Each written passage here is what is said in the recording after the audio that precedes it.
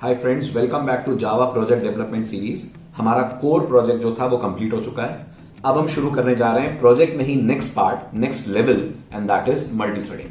हमें प्रोजेक्ट में splash screen बनानी है, लेकिन स्प्लैश स्क्रीन कैसे काम करती है, कैसे एक फ्रेम को थोड़ी देर के लिए हम स्टेबल रखकर हटाते हैं, इसके पीछे काम करता है कॉन्सेप्ट ऑफ मल्टी थ्रेडिंग। ये मल्टी थ्रेडिंग का फर्स्ट वीडियो है। आप इसे एक इंडिपेंडेंट वीडियो की तरह भी देख सकते हैं, जिसमें मैं आपको समझाने वाला हूं मल्टी थ्रेडिंग क्या है, क्यों इंपॉर्टेंट है और जावा में कैसे मल्टी थ्रेडिंग अचीव की जाती है। इतना ही नहीं, इस वीडियो में हम ये भी पढ़ेंगे कि जो हमारा मेन मेथड होता है उसके पीछे की केमिस्ट्री कहानी क्या होती है, कैसे मेन मेथड को जेवीएन कॉल करता है और कैसे हम मेन मेथड के अंदर थ्रेडिंग के कॉन्सेप्ट्स अप्लाई कर सकते हैं। तो बहुत ही इंटरेस्टिंग वीडियो होने वाला है। मल्टी थ्रेडिंग अगर आपने बिल्कुल नहीं पढ़ी है तो आप इस वीडियो से शुरू कर सकते हैं और अपने कई सारे प्रोजेक्ट्स में इसको कर सकते हैं अप्लाई। चलो तब स्टार्ट करते हैं। आपका last topic and one of the most frequently asked topics in Java interviews. And the topic name is multi-threading. अब multi-threading समझने के लिए आपको एक और वर्ड समझना पड़ेगा जिससे multi-threading डिराइव हुई है, और वो वर्ड कंप्यूटर्स में होता है मल्टीटास्किंग। तो ये बताइए, ये मल्टीटास्किंग आपने वर्ड सुना है या पहली बार सुन रहे हैं? बोलिए।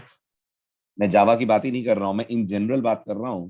Being a computer science student, आपने मल्टीटास्किंग वर्ड सुना है?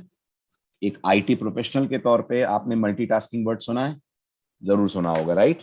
अगर आपसे कोई पूछता है मल्टीटास्किंग का मतलब क्या है, तो आप डेफिनेशन वाइज यही बोलते हैं, ability to perform more than one task. यही होती है ना मल्टीटास्किंग, राइट? अगर कोई भी एलिमेंट या कंपोनेंट एक से ज्यादा एक्टिविटीज एक साथ कर ले पैरेलली, ये वर्ड और जोड़ देता हूं मैं, पैरेलली, तो अपन बोलते हैं उसकी एबिलिटी अपने आप में हो गई, उसकी एबिलिटी अपने आप में हो गई है मल्टीटास्किंग की। ठीक है? फॉर एग्जाम्पल ध्यान दीजिएगा, ये जो मल्टीटास्किंग है ये खुद दो तरीके की होती है। ठीक? एक कहलाती है प्रोसेस बेस्ड मल्टीटास्किंग, एक कहलाती है प्रोसेस बेस्ड मल्टीटास्किंग, और दूसरी कहलाती है थ्रेड बेस्ड मल्टीटास्किंग। ये है मल्टीटास्किंग की दो branches. One is called as process based, other one is called as thread based. अब इन दो ब्रांचेस का मतलब समझ में आपके तब आएगा जब आप इनके शुरुआती वर्ड्स को समझें। यहाँ पहला वर्ड क्या दिख रहा है फर्स्ट ब्रांच में? फर्स्ट ब्रांच में पहला वर्ड दिख रहा है प्रोसेस। जानते हैं आप प्रोसेस क्या होता है? जानते हैं आप कंप्यूटर्स में प्रोसेस किसको बोलते हैं? जानते हैं? Very good. जो जानते हैं उन्हें पता होगा, जो नहीं जानते हैं वो सुन लें। कंप्यूटर प्रोग्रामिंग में प्रोसेस किसी भी रनिंग प्रोग्राम को बोलते हैं। I repeat my words, computer programming में प्रोसेस किसी भी रनिंग प्रोग्राम को बोलते हैं। तो क्या इस समय जूम प्रोसेस है? क्या बोलते हैं? इस समय जूम एक प्रोसेस है। क्योंकि इस समय जूम आपके डिवाइस में एग्जीक्यूट हो रहा है, सीपीयू टाइम के लिए कंपीट कर रहा है, रैम में स्पेस कंज्यूम करके बैठा हुआ है, तो वो एक अपने आप में कहलाएगा प्रोसेस। और आपके कंप्यूटर में ब्राउजर है? आपके कंप्यूटर में ब्राउजर है? आपके कंप्यूटर में एंटीवायरस है? आपके कंप्यूटर में म्यूजिक प्लेयर है? आपके कंप्यूटर में जावा का आईडीई है? ये सारे के सारे रन हो रहे हैं क्या अभी? अगर इनमें से कोई भी रन नहीं हो रहा है तो वो कहलाएगा प्रोग्राम। और अगर आपको लग रहा है हाँ सर मैंने तो आईडी खोला हुआ है, तो आईडी भी बन जाएगा अपने आप में कंप्यूटर प्रोग्रामिंग के टर्म्स में प्रोसेस। तो याद रखिएगा, जो प्रोग्राम इस समय अंडर एग्जीक्यूशन है, इस समय रैम में लोडेड है और रन हो रहा है, चाहे इस मोमेंट ऑफ टाइम पे रन भले ही ना हो रहा हो, लेकिन रैम में लोडेड है और सीपीयू टाइम के लिए कंपीट कर रहा है, वो अपने आप में कहलाएगा प्रोसेस। और जो प्रोग्राम कहाँ बैठा हुआ है? जो प्रोग्राम कहाँ बैठा हुआ है? हार्ड डिस्क पे बैठा हुआ है, अभी रन नहीं हुआ है, अभी रैम में लोड नहीं हुआ है, वो प्रोग्राम अपने आप में क्या कहलाएगा? वो प्रोग्राम अपने आप में कहलाएगा प्रोग्राम। समझ आया? तो जो आपका प्रोजेक्ट है वो प्रोग्राम है। आपका प्रोजेक्ट है वो प्रोग्राम है, अभी रन नहीं हो रहा है, लेकिन अगर आपने अपने प्रोजेक्ट को रन कर दिया, आपका स्टॉक मैनेजमेंट का प्रोजेक्ट रन हो गया, ई मार्ट का प्रोजेक्ट रन हो गया, तो फिर वो अपने आप में किस में कन्वर्ट हो जाएगा? तो फिर वो अपने आप में कन्वर्ट हो जाएगा इनटू अ प्रोसेस। ठीक है? तो अगर आपके कंप्यूटर में कोई भी रनिंग प्रोग्राम है तो वो प्रोसेस है। अभी बताइए, आपके कंप्यूटर में एक समय में एक से ज्यादा रनिंग प्रोग्राम्स रहते हैं? क्या ऐसा पॉसिबल है कि आप इंटरनेट सर्फ करते हुए अपने कंप्यूटर में एंटीवायरस ऑन कर दें? पॉसिबल है? इंटरनेट भी सर्फ हो रहा हो और एंटीवायरस आपके कंप्यूटर में वायरस भी डिटेक्ट कर रहा हो। Very good. क्या ऐसा पॉसिबल है जावा में कोडिंग करते वक्त आप किसी मीडिया प्लेयर में गाने प्ले करके गाने सुने? इधर प्रोग्रामिंग चल रही हो तो बैकग्राउंड में गाने चल रहे हो, म्यूजिक चल रहा हो। पॉसिबल है? राइट। तो अब आप मुझे बताइए, जावा का आईडी जिसमें आप प्रोग्रामिंग कर रहे हैं और म्यूजिक प्लेयर जिसमें आप गाने सुन रहे हैं, ये दो अलग अलग प्रोसेसेस हैं। जावा का आईडीई जिसमें आप कोडिंग कर रहे हैं और म्यूजिक प्लेयर जिसमें आप गाने सुन रहे हैं, ये दो अलग अलग प्रोसेसेस हैं। यस हैं। और ये दोनों एक साथ चल रहे हैं? हाँ, ये दोनों एक साथ चल रहे हैं। तो ये अपने आप में क्या हो गया? ये अपने आप में हो गया प्रोसेस बेस्ड मल्टीटास्किंग। ऐसे ही ब्राउजर एक अलग एंटिटी है, एंटीवायरस एक अलग सॉफ्टवेयर है। दोनों अगर एक साथ चल रहे हैं तो ये भी किसका एग्जाम्पल हुआ? ये भी एग्जाम्पल हुआ प्रोसेस बेस्ड मल्टीटास्किंग का। Right. So ability to execute multiple processes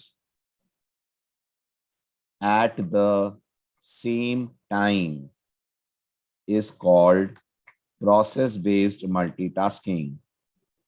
Is called process based multitasking. Examples: पहला, while surfing the net using browser, we also can execute the antivirus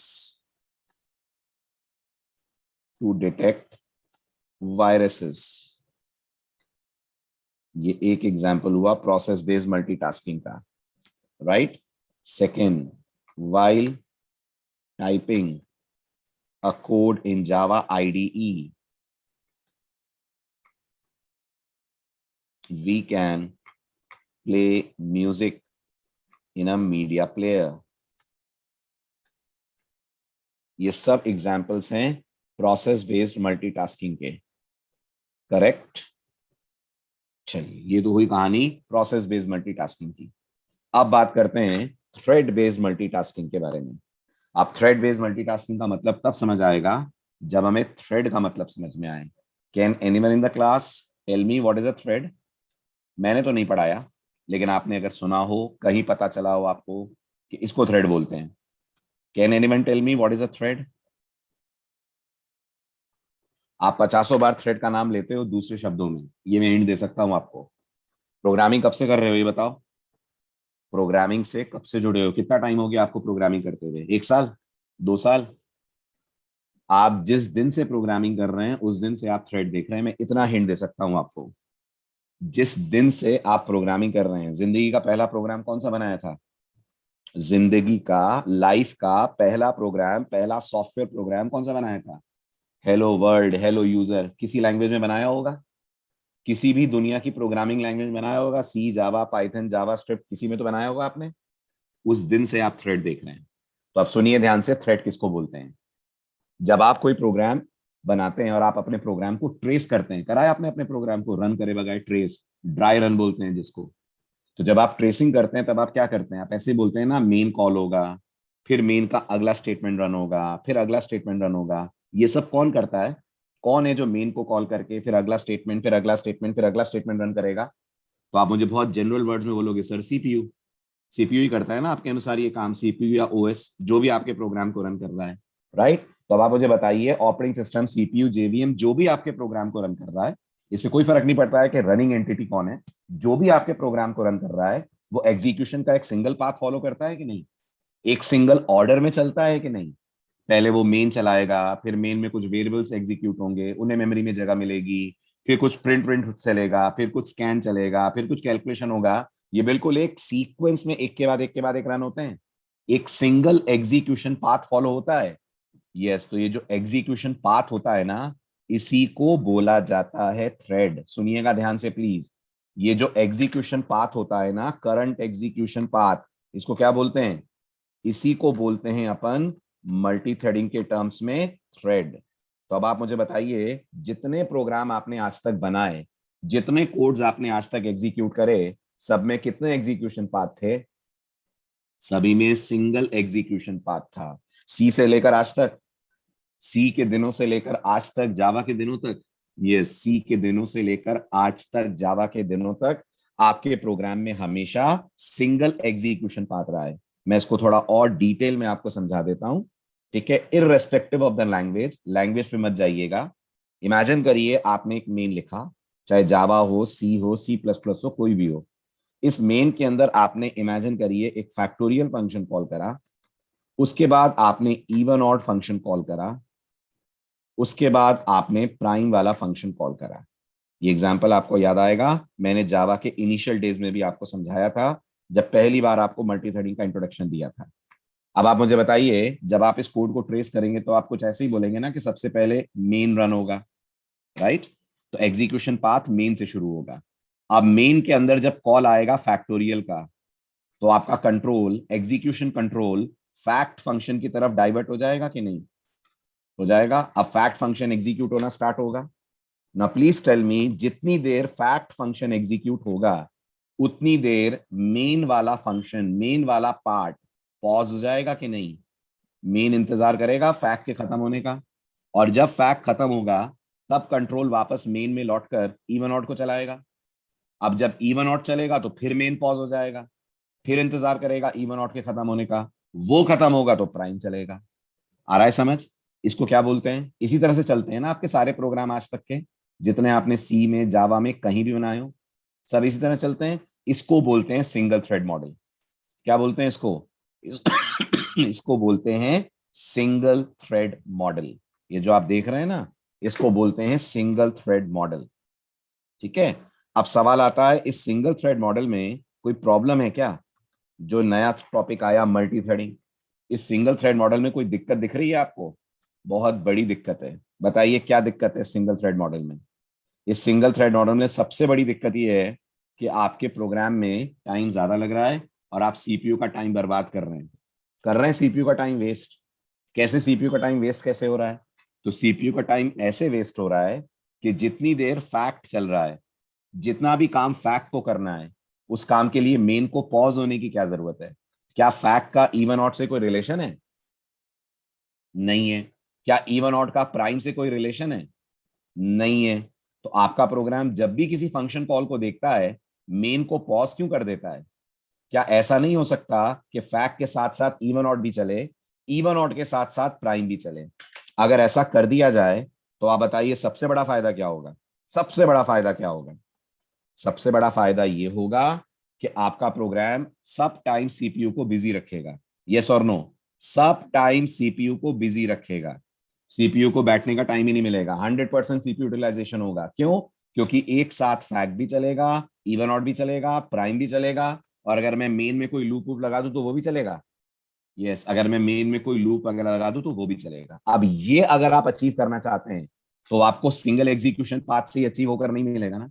single execution path से ये चीज तो नहीं मिल जाएगी ना कि फैक्ट, इवन ऑड, प्राइम सब चलें, क्योंकि जितना आपने कोडिंग समझी है, एक बार में एक ही फंक्शन चल सकता है, और जब वो फंक्शन खत्म होगा तो अगले को चलने का चांस मिलेगा।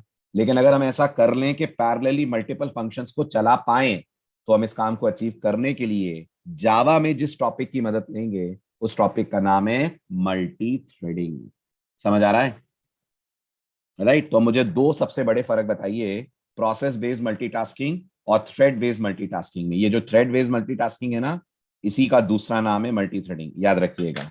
इसी को बोलते हैं मल्टी थ्रेडिंग। अब आपने थ्योरेटिकली तो समझ लिया मल्टी थ्रेडिंग क्या होती है। क्या आप मुझे इन दोनों के बीच का दो बड़े बड़े अंतर बता सकते हैं? सबसे पहला अंतर, जो प्रोसेस बेस्ड मल्टीटास्किंग होती है वो ऑपरेटिंग सिस्टम करेगा कि प्रोग्रामर करेगा? बताओ। आप करोगे कि ओएस करेगा? ओएस करेगा। लेकिन जो मल्टी थ्रेडिंग है वो कौन करेगा? जो मल्टी थ्रेडिंग का कोड है वो आप लिखोगे, वो ओएस नहीं करेगा। दूसरी बात, प्रोसेस बेस्ड मल्टीटास्किंग दो अलग अलग प्रोसेस के बीच में होती है। यस।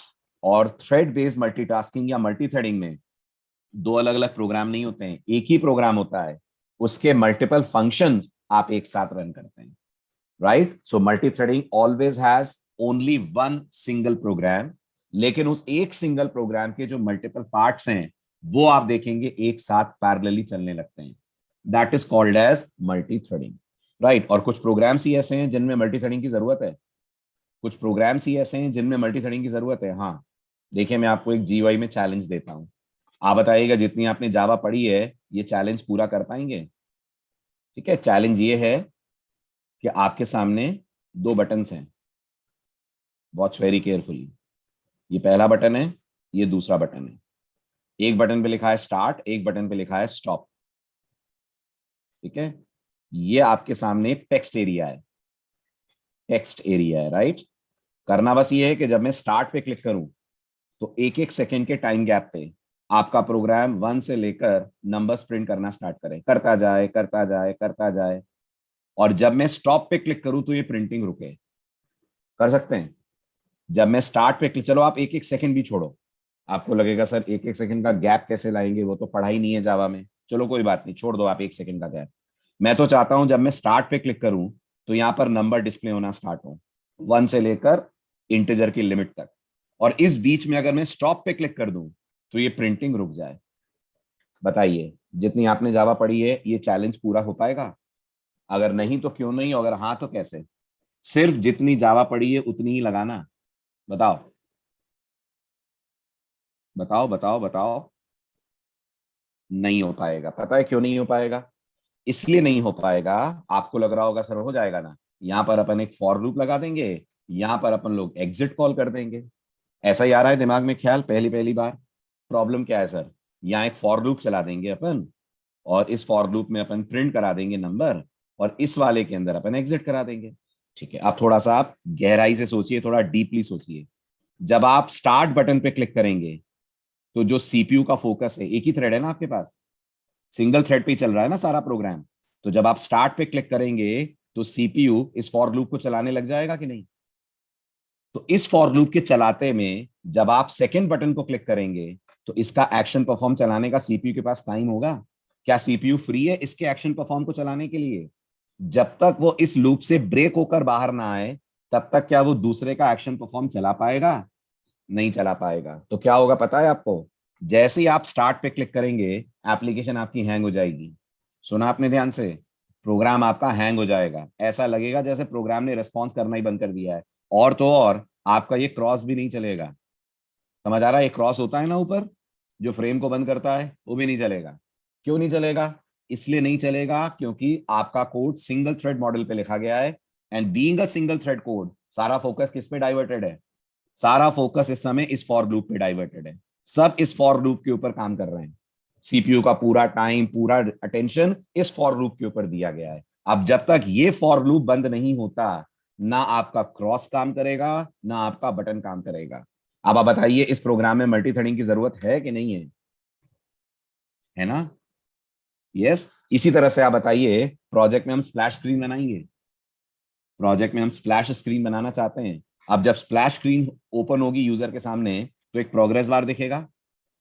जितनी देर तक वो प्रोग्रेस बार चलेगा उतनी देर तक स्प्लैश स्क्रीन यूजर के सामने ओपन रहेगी। लेकिन मैं चाहता हूं अगर यूजर चाहे तो बीच में प्रोग्रेस बार को स्किप कर दे। तो वो कैसे स्किप कर पाएगा? अगर प्रोग्रेस बार को चलाने वाला लूप आपने सिंगल थ्रेड मॉडल पे चलाया होगा, क्योंकि वो लूप तो अटक जाएगा कि जब तक प्रोग्रेस बार पूरा नहीं होगा वो यूजर को कहीं क्लिक ही नहीं करने देगा। आया समझ? समझ आया? जूम इस समय मल्टी थ्रेडिंग यूज कर रहा है, जूम इस समय मल्टी थ्रेडिंग यूज कर रहा है, बिल्कुल कर रहा है। प्रूफ है, साफ जीता जागता प्रूफ है आपका चैट विंडो में यस नो बोलना। आप जब यस या नो लिख रहे होते हैं कोई और भी यस या नो लिख रहा होता है, सबका रेस्पॉन्स सर्वर के पास जा रहा है। और आप सोचिए क्या आपके यस नो लिखते में लूप जूम हैंग होता है? नहीं होता है। क्यों नहीं होता है? क्योंकि वो मल्टीपल थ्रेड्स के साथ इतने सारे यूजर्स को हैंडल कर रहा है, इतने सारे लोगों की चैटिंग को हैंडल कर रहा है। तो इसका मतलब आप अगर थोड़ा सा सोचें तो आपको याद आएगा, आपने कई एप्लीकेशंस अपनी लाइफ में ऐसी देखी हैं, यूज की हैं, जिनमें मल्टी थ्रेडिंग चल रही है। ब्राउजर में एक साथ दो वेबसाइट खुल जाती हैं। ब्राउजर में एक साथ दो टैब्स में अलग अलग वेबसाइट खोली जा सकती हैं।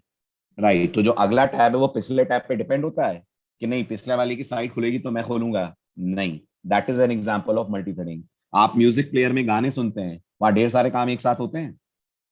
किसी भी म्यूजिक प्लेयर में जब आप गाना प्ले करते हैं, ठीक है, म्यूजिक प्लेयर का सबसे बड़ा काम क्या है? म्यूजिक प्लेयर का सबसे बड़ा काम है गाना प्ले करना। अभी बताइए, गाना प्ले करते के दौरान आप बाकी काम कर सकते हैं उस म्यूजिक प्लेयर में? जैसे जैसे वॉल्यूम बढ़ाना घटाना अलाउड है। गाने के प्ले होते में आप वॉल्यूम चेंज करें, गाने के प्ले होते में आप प्लेलिस्ट के अंदर नए गाने ऐड करें या पुराना गाना हटाएं, गाने के प्ले होते में आप साउंड एडिटिंग करें, गाने के प्ले होते में म्यूजिक प्लेयर की विंडो को इधर उधर ड्रैग करें, ये सब अलाउड है। ये सब अलाउड है, राइट राइट। इसको बोलते हैं, नहीं पॉज को नहीं बोल सकते बेटा। पॉज बोलते हैं तो प्ले रुक जाता है ना। मैं प्ले को रोकने की बात नहीं कर रहा हूँ, प्ले करता रहे, गाना प्ले होता रहे। समझ रहे हैं? पॉज और प्ले तो एक दूसरे पे काउंटर हो गए ना। पॉज चलेगा तो प्ले नहीं चलेगा, और प्ले चलेगा तो पॉज नहीं चलेगा। यस और नो? जब गाना प्ले हो रहा होगा और आपने पॉज दबा दिया तो प्ले होना तो बंद हो जाएगा ना, तो प्ले का थ्रेड रुक जाएगा कि नहीं? है ना। लेकिन अगर गाना प्ले हो रहा है और आपने वॉल्यूम कम ज्यादा करा तो गाना प्ले होने वाला थ्रेड रुकेगा कि वो गाना प्ले करता रहेगा? बोलिए जल्दी। वॉल्यूम कम ज्यादा करने पे क्या प्लेइंग रुक जाएगी? नहीं रुक जाएगी।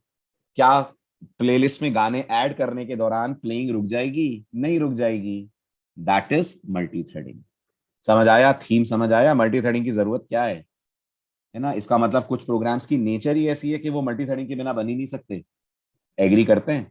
कुछ प्रोग्राम की आदत ही है, नेचर ही ऐसी है कि वो बिना मल्टी थ्रेडिंग के बन ही नहीं पाएंगे।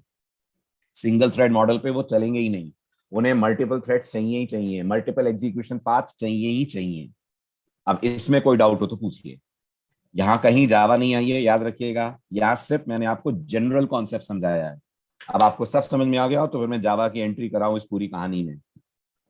अ thread is an execution path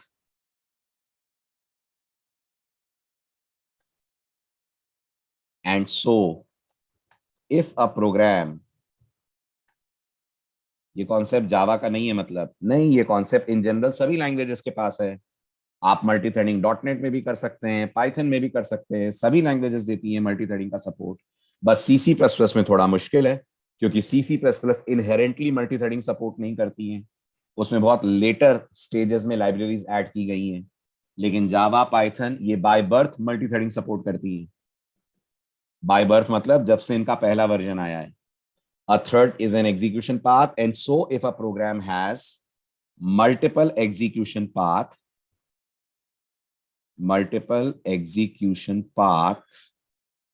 then we can say that it is exhibiting multi-threading. Which apps run on single based thread? Some examples are जितने आपने आज तक बनाए। जावा में 2 नंबर ऐड करने का प्रोग्राम बनाया है? यस और नो? बनाया है? वो सिंगल थ्रेड का एग्जाम्पल था। वहां एक बार में एक ही काम होता था ना। जब इनपुट ले रहे होते थे तो इनपुट ही होता था, जब ऐड कर रहे होते थे तो ऐड ही होता था। वो सिंगल थ्रेड का एग्जाम्पल है।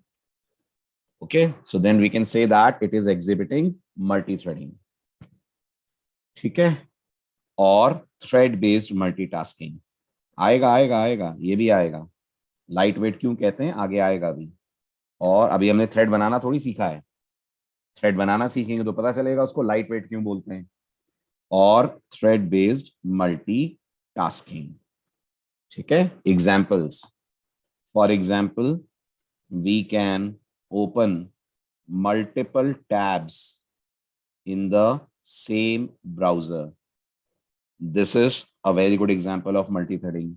दूसरा, we can change volume level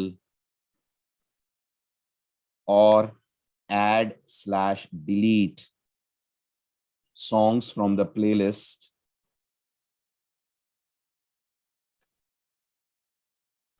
while playing a song in media player. They all are examples of multi-threading. ये भी समझ आई बात? ये भी क्लियर हुआ? राइट। विंडोज में मल्टी थ्रेडिंग होती है? विंडोज में मल्टी थ्रेडिंग होती है? नहीं, अभी नहीं। जावास्क्रिप्ट सिंगल थ्रेडेड है।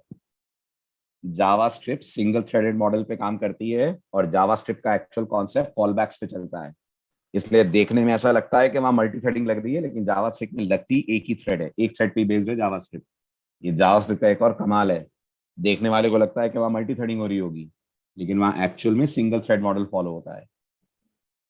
वहां सिंगल थ्रेड मॉडल फॉलो होता है, जावास्क्रिप्ट में मल्टीपल थ्रेड्स नहीं होते हैं। बट फिर पैरेलल कैसे हो जाती हैं एक्टिविटीज जावास्क्रिप्ट में? तो उसके लिए जावास्क्रिप्ट क्या फॉलो करती है? जावास्क्रिप्ट वही फॉलो करती है जो पाइथन का जीयूआई फॉलो करता है। पाइथन का जीयूआई क्या फॉलो करता है? अगर आपने पाइथन का जीयूआई पढ़ा हो तो लास्ट में एक मेथड कॉल करते हैं आप, मेन लूप। वो लूप चलाने लगता है और फिर आपकी विंडो सामने आ जाती है और फिर आप सारे काम कर पाते हैं। जिन्होंने पाइथन करी हो आप याद करिए, राइट? और जिन्होंने जावास्क्रिप्ट पढ़ी हो आप कॉल बैक याद कर लीजिए। याद है आपको कॉल बैक? आप एक फंक्शन बना के छोड़ देते हैं वहां पर, वो फिर जब पर्टिकुलर टाइम आता है वो फंक्शन एग्जीक्यूट होना स्टार्ट हो जाता है। तो जावास्क्रिप्ट मल्टी थ्रेडेड नहीं है, याद रखिएगा। ठीक है, हाँ। तो मैं बोल रहा था विंडोज के अंदर मल्टी थ्रेडिंग है कोई एग्जाम्पल? सबसे बढ़िया एग्जाम्पल, इमेजिन करिए मैं अपनी सी ड्राइव में जाकर कुछ सर्च करता हूँ। यहाँ मैंने लिखा मुझे स्टार डॉट जावा के प्रोग्राम्स चाहिए। तो आप नोटिस करिए जब मैं सर्चिंग करूंगा और ये सर्चिंग होगी, इस दौरान मैं इस विंडो को मिनिमाइज करके डेस्कटॉप पे कोई नया फोल्डर बना सकता हूँ बाय द टाइम ये सर्चिंग चल रही है। तो नोटिस करिए दिस इज मल्टी थ्रेडिंग। समझ आ रहा है? ये मल्टी थ्रेडिंग का एग्जाम्पल, ये पूरा एक सिंगल ऑपरेटिंग सिस्टम है ना, ये ऑपरेटिंग सिस्टम का ही पार्ट है ना। और इस सिंगल ऑपरेटिंग सिस्टम में आप सर्चिंग भी परफॉर्म कर रहे हैं और सर्चिंग के साथ साथ यहाँ मैं चाहूँ तो एक नया फोल्डर भी बना सकता हूँ। विंडोज मुझे रोक रही है फोल्डर बनाने से? नहीं रोक रही है, और सर्चिंग भी पैरेलल चल रही है, right? This is an example of multi threading. समझ आया? और इस सर्चिंग को बीच में कैंसिल भी कर सकता हूं मैं, ये रेड वाला क्रॉस प्रेस करके अलाउ करेगा ये सर्चिंग होते में विंडो बंद हो जाए। यस, जबकि आपके फ्रेम के अंदर आप ऐसा कर रहे होते तो फ्रेम हैंग हो जाता, जब तक ये सर्चिंग वाला कोड पूरा ना चल जाए, जब तक क्रॉस ही काम नहीं करता। आया समझ? इतने सारे एग्जांपल्स ने मल्टी थ्रेडिंग का बेसिक समझा दिया होगा आपको। करते कैसे हैं वो नहीं पता, लेकिन होती क्या है वो पता लग गया होगा। पता लग गया होती क्या है, राइट? अब आगे बढ़ने से पहले सवाल आएगा, फायदा क्या है? होती क्या है ये तो समझ में आ गया। What are benefits of multi threading? अगर कोई पूछेगा तो क्या जवाब देकर आएंगे? तो मल्टी थ्रेडिंग के याद रखिएगा तीन बहुत इंपॉर्टेंट बेनिफिट्स होते हैं। कितने? तीन। ढूंढने बैठेंगे तो तीन से ज्यादा भी मिल जाएंगे, लेकिन तीन प्राइमरी बेनिफिट्स होते हैं जो हर कोई आपसे सुनना चाहेगा। सबसे पहला बेनिफिट होता है utilization of CPU's idle time.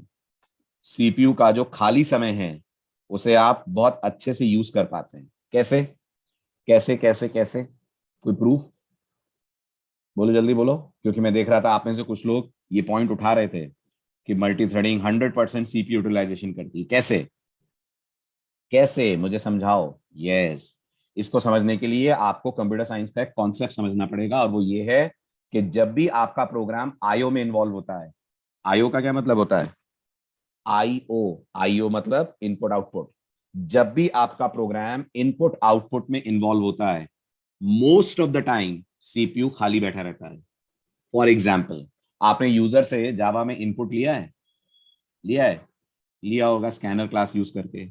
अब आप मुझे बताइए जिस स्पीड से यूजर इनपुट दे सकता है, उसकी कई गुना ज्यादा स्पीड से सीपीयू उस इनपुट को प्रोसेस कर सकता है, राइट? तो अगर आपका नाम सचिन है या आपका नाम योगेश है या आपका नाम शुभम है, तो आप कितनी स्पीड से अपना नाम टाइप कर सकते हैं? आधा सेकंड? क्या कहते हैं, आधे सेकंड में नाम टाइप कर लेंगे आप? ज्यादा से ज्यादा बढ़िया से बढ़िया टाइपिस्ट हुआ तो इससे कम क्या लेगा, आधा सेकंड या एक सेकंड तो लगेगा। अब बताओ एक सेकंड में कितने मिली सेकंड होते हैं? एक सेकंड में 1000 मिली सेकंड होते हैं, और ये 1000 मिली सेकंड सीपीयू के लिए बहुत हैं आपके नाम की टाइपिंग के दौरान कोई और काम करके आने के लिए।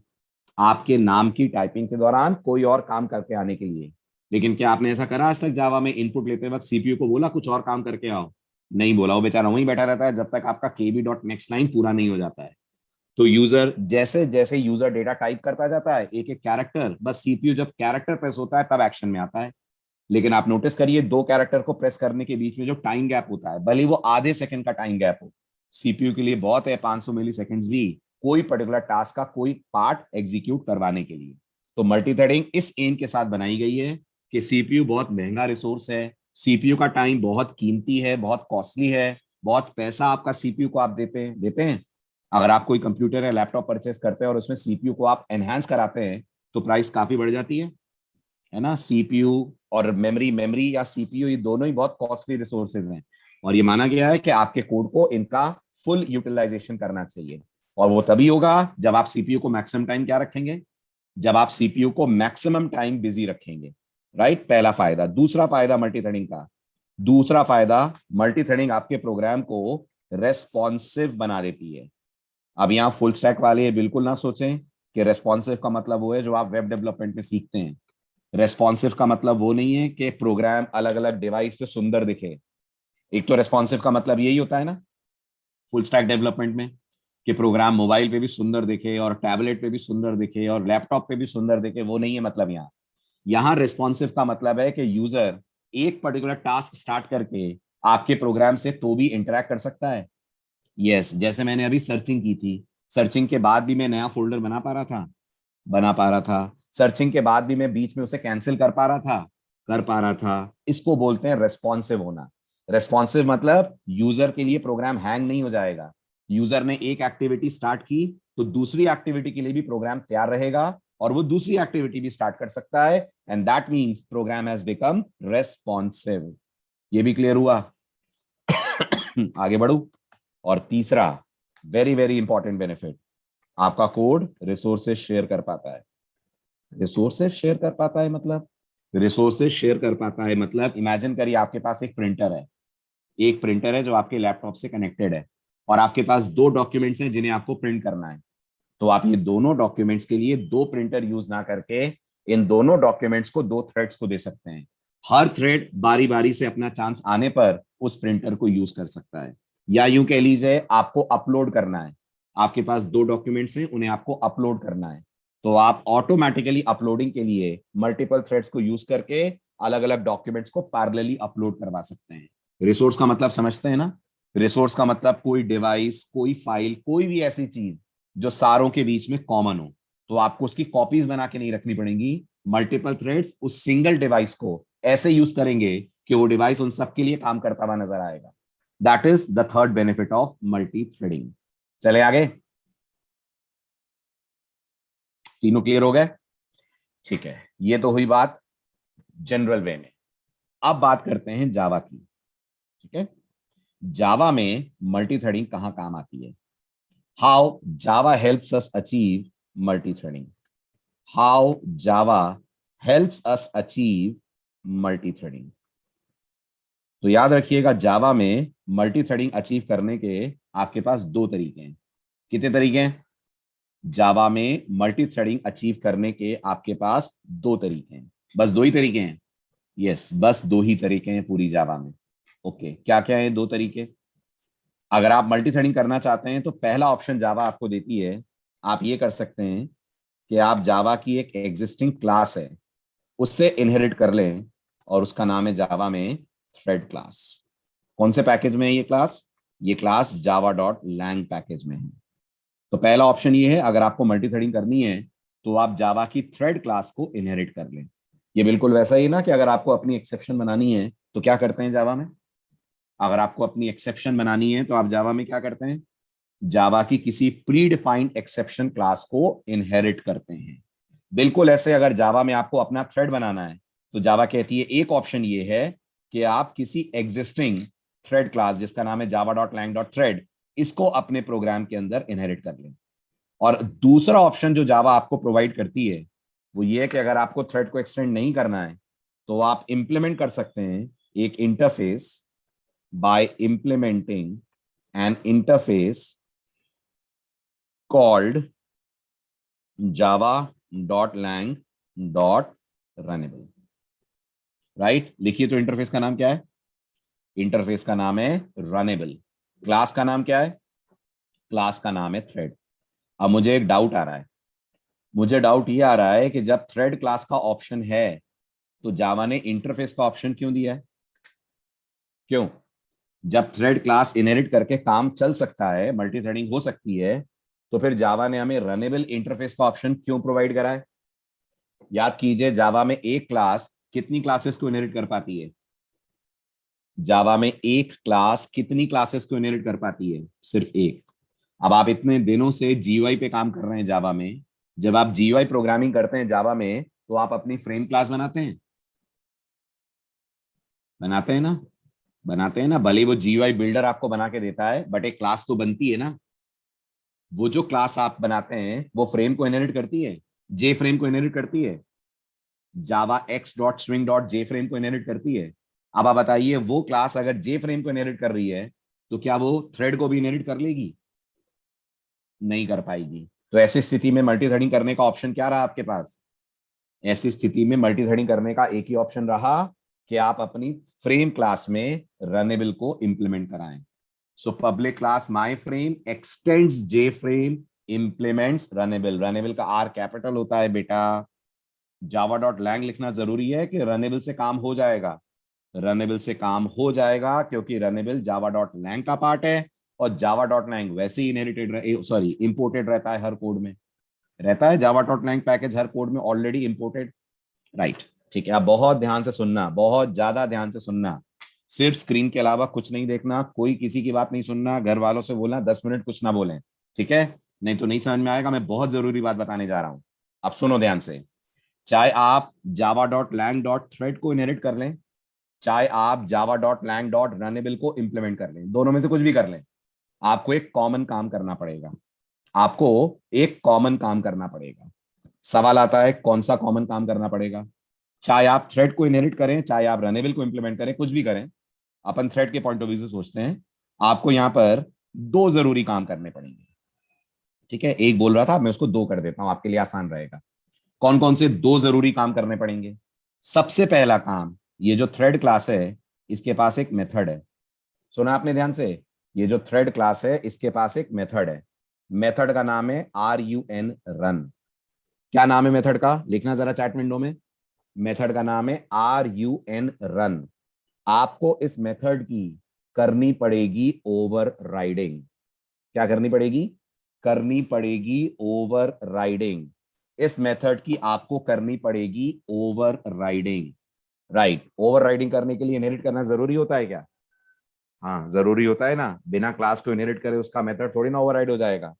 तो आपको रन मेथड की करनी पड़ेगी ओवर राइडिंग। पहली शर्त, ये करना ही है, कंपलसरी है। लेकिन आप रन को ओवरराइड करके उसे कॉल नहीं करेंगे। आप उसे कॉल नहीं करेंगे, राइट? आप रन को ओवरराइड करने के बाद कॉल एक दूसरे मेथड को करेंगे, और उस दूसरे मेथड का नाम क्या दिया है जावा ने? उस दूसरे मेथड का नाम जावा ने दिया है स्टार्ट। बहुत ध्यान से सुनना, फिर से सुनो, और नहीं समझ में आएगा तो जरूर पूछना वापस। अगर आप मल्टी थ्रेडिंग करना चाहते हैं तो मल्टी थ्रेडिंग के दो मूलभूत सिद्धांत हैं, दो बेसिक प्रिंसिपल हैं।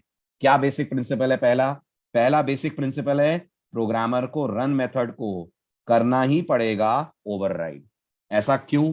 ऐसा इसलिए क्योंकि जो भी टास्क आप किसी थ्रेड से कराना चाहते हैं वो टास्क रन के अंदर कराया जाएगा तो जावा उसे एग्जीक्यूट करेगी। जैसे आप बताइए, अगर ऑब्जेक्ट बनाते ही मैं चाहता हूं उसके डेटा मेंबर इनिशियलाइज हो जाए, तो क्या ये कोड कंस्ट्रक्टर में ही लिखना पड़ेगा? हाँ लिखना पड़ेगा। अगर मैं चाहता हूं कोई ऑब्जेक्ट डिस्ट्रॉय हो रहा हो, तो कोई एक्टिविटी परफॉर्म हो, तो ये फाइनलाइज में ही लिखना पड़ेगा। हाँ लिखना पड़ेगा। एक्सेप्शन आए चाहे ना आए, मेरा ये वाला पार्ट चले ही चले, तो फाइनली में लिखना पड़ेगा, है ना? तो जैसे कुछ कोड्स के लिए जावा में जगह फिक्स है ना, ये करना है तो यही करना पड़ेगा, कहीं और नहीं कर सकते आप। ऐसे मल्टी थ्रेडिंग के लिए जगह फिक्स है। अभी हम बात कर रहे थे, ध्यान से देखिए इस एग्जाम्पल की। ये मल्टी थ्रेडिंग का एग्जाम्पल बनना चाहिए था, फैक्ट, इवन, ऑड, प्राइम बनना चाहिए था। आप फैक्टोरियल का जो मेन लॉजिक है, समझिएगा ध्यान से। फैक्टोरियल का जो मेन लॉजिक है, फॉर वॉर लगेगा जिसमें फैक्टोरियल निकालोगे आप। ये जो मेन लॉजिक है, ये आप किसके अंदर लिखोगे? ये आप किसके अंदर लिखोगे? ये आप लिखोगे रन के अंदर। रिकर्सिव कहां से आ गया? रन के अंदर लिखोगे आप, राइट? आप फैक्टोरियल कैसे भी निकालें, चाहे आप रिकर्जन करके निकालें, चाहे आप नॉर्मल फॉर लूप से निकालें, लेकिन आपको रन मेथड को करना पड़ेगा ओवरराइड। रन मेथड में आपको फैक्टोरियल का लॉजिक लिखना पड़ेगा। और चिंता मत करिएगा, ये फैक्ट एक क्लास बन जाएगी ना फिर। अगर जावा होगी तो फैक्ट नाम की एक क्लास बनाओगे ना आप, वो क्लास एक्सटेंड कर लेगी थ्रेड को, और उस क्लास में रन आ जाएगा। अगर फैक्ट क्लास थ्रेड को एक्सटेंड कर ले तो फैक्ट क्लास में रन आ जाएगा, आ जाएगा, और वो रन के अंदर अपना फैक्टोरियल का लॉजिक लिख देगी। ऐसे ही जो इवन ऑड क्लास है, इसको एक क्लास बना सकते हैं इवन ऑड को। इसको एक क्लास का नाम दे सकते हैं, class even odd x tends thread. और उसके रन के अंदर हम इवन ऑड का लॉजिक लिख सकते हैं, राइट। और ऐसे ही जो प्राइम है इसको भी एक क्लास बना सकते हैं, ये भी थ्रेड को एक्सटेंड कर ले और प्राइम के रन के अंदर हम प्राइम का लॉजिक लिख लें। कितने रन हो गए आपके पास? 3 रन हो गए। कितनी क्लासेस हो गई आपके पास? कितनी क्लासेस हो गई आपके पास? 4। 3 नहीं 4। एक ये क्लास भी तो है जिसमें मेन होगा, यस और नो। एक ड्राइवर क्लास भी तो होगी, राइट। तो 4 क्लासेस हो गई। अब जो ड्राइवर क्लास है ये इनका ऑब्जेक्ट बनाएगी, फैक्ट का, इवन ऑड का, प्राइम का बनाएगी, यस। लेकिन ऑब्जेक्ट बनाकर ये रन कॉल नहीं करेगी। सुना आपने ध्यान से? ये जो आपकी मेन क्लास है ये रन कॉल नहीं करेगी। तो ये किसे कॉल करेगी? ये कॉल करेगी एक दूसरे मेथड को। और वो दूसरे मेथड का नाम क्या है? उस दूसरे मेथड का नाम है स्टार्ट। तो we never never call run, we just override run. And what do we call? हाँ जी, तो मैं कह रहा था अपन कभी भी रन को कॉल नहीं करते। अपन रन की जगह किसको कॉल करते हैं? अपन रन की जगह कॉल करते हैं स्टार्ट को। हाँ ठीक, तो फिर सवाल है फिर क्या करें अपन? Then how start achieves this. तो स्टार्ट के अंदर जावा ने कुछ ऐसे स्टेटमेंट्स डाले हुए हैं, कुछ ऐसे कोड्स डाले हुए हैं कि स्टार्ट करता है 2 काम। कितने काम करता है स्टार्ट? स्टार्ट करता है 2 काम। सुनना ध्यान से। जिस ऑब्जेक्ट से आप स्टार्ट को कॉल करेंगे, करेंगे किसी ऑब्जेक्ट से कॉल, हाँ या ना? इंस्टेंस मेथड है तो ऑब्जेक्ट से ही कॉल होगा, राइट। बताइए जरा किस ऑब्जेक्ट से स्टार्ट कॉल करेंगे? तो आप बोलेंगे सर फैक्ट के ऑब्जेक्ट से, इवन ऑड के ऑब्जेक्ट से और प्राइम के ऑब्जेक्ट से। सही बात है। फैक्ट क्लास के ऑब्जेक्ट से, इवन ऑड के ऑब्जेक्ट से और प्राइम के ऑब्जेक्ट से। तो जावा ने स्टार्ट के कॉल के अंदर 2 स्टेटमेंट्स डाले हुए हैं, 2 एक्शंस लिए हुए हैं। नंबर 1, जिससे आप स्टार्ट कॉल करते हैं, जैसे आपने फैक्ट का ऑब्जेक्ट बनाया एफ और आपने बोला एफ डॉट स्टार्ट, ऐसे लिखेंगे स्टार्ट का कॉल।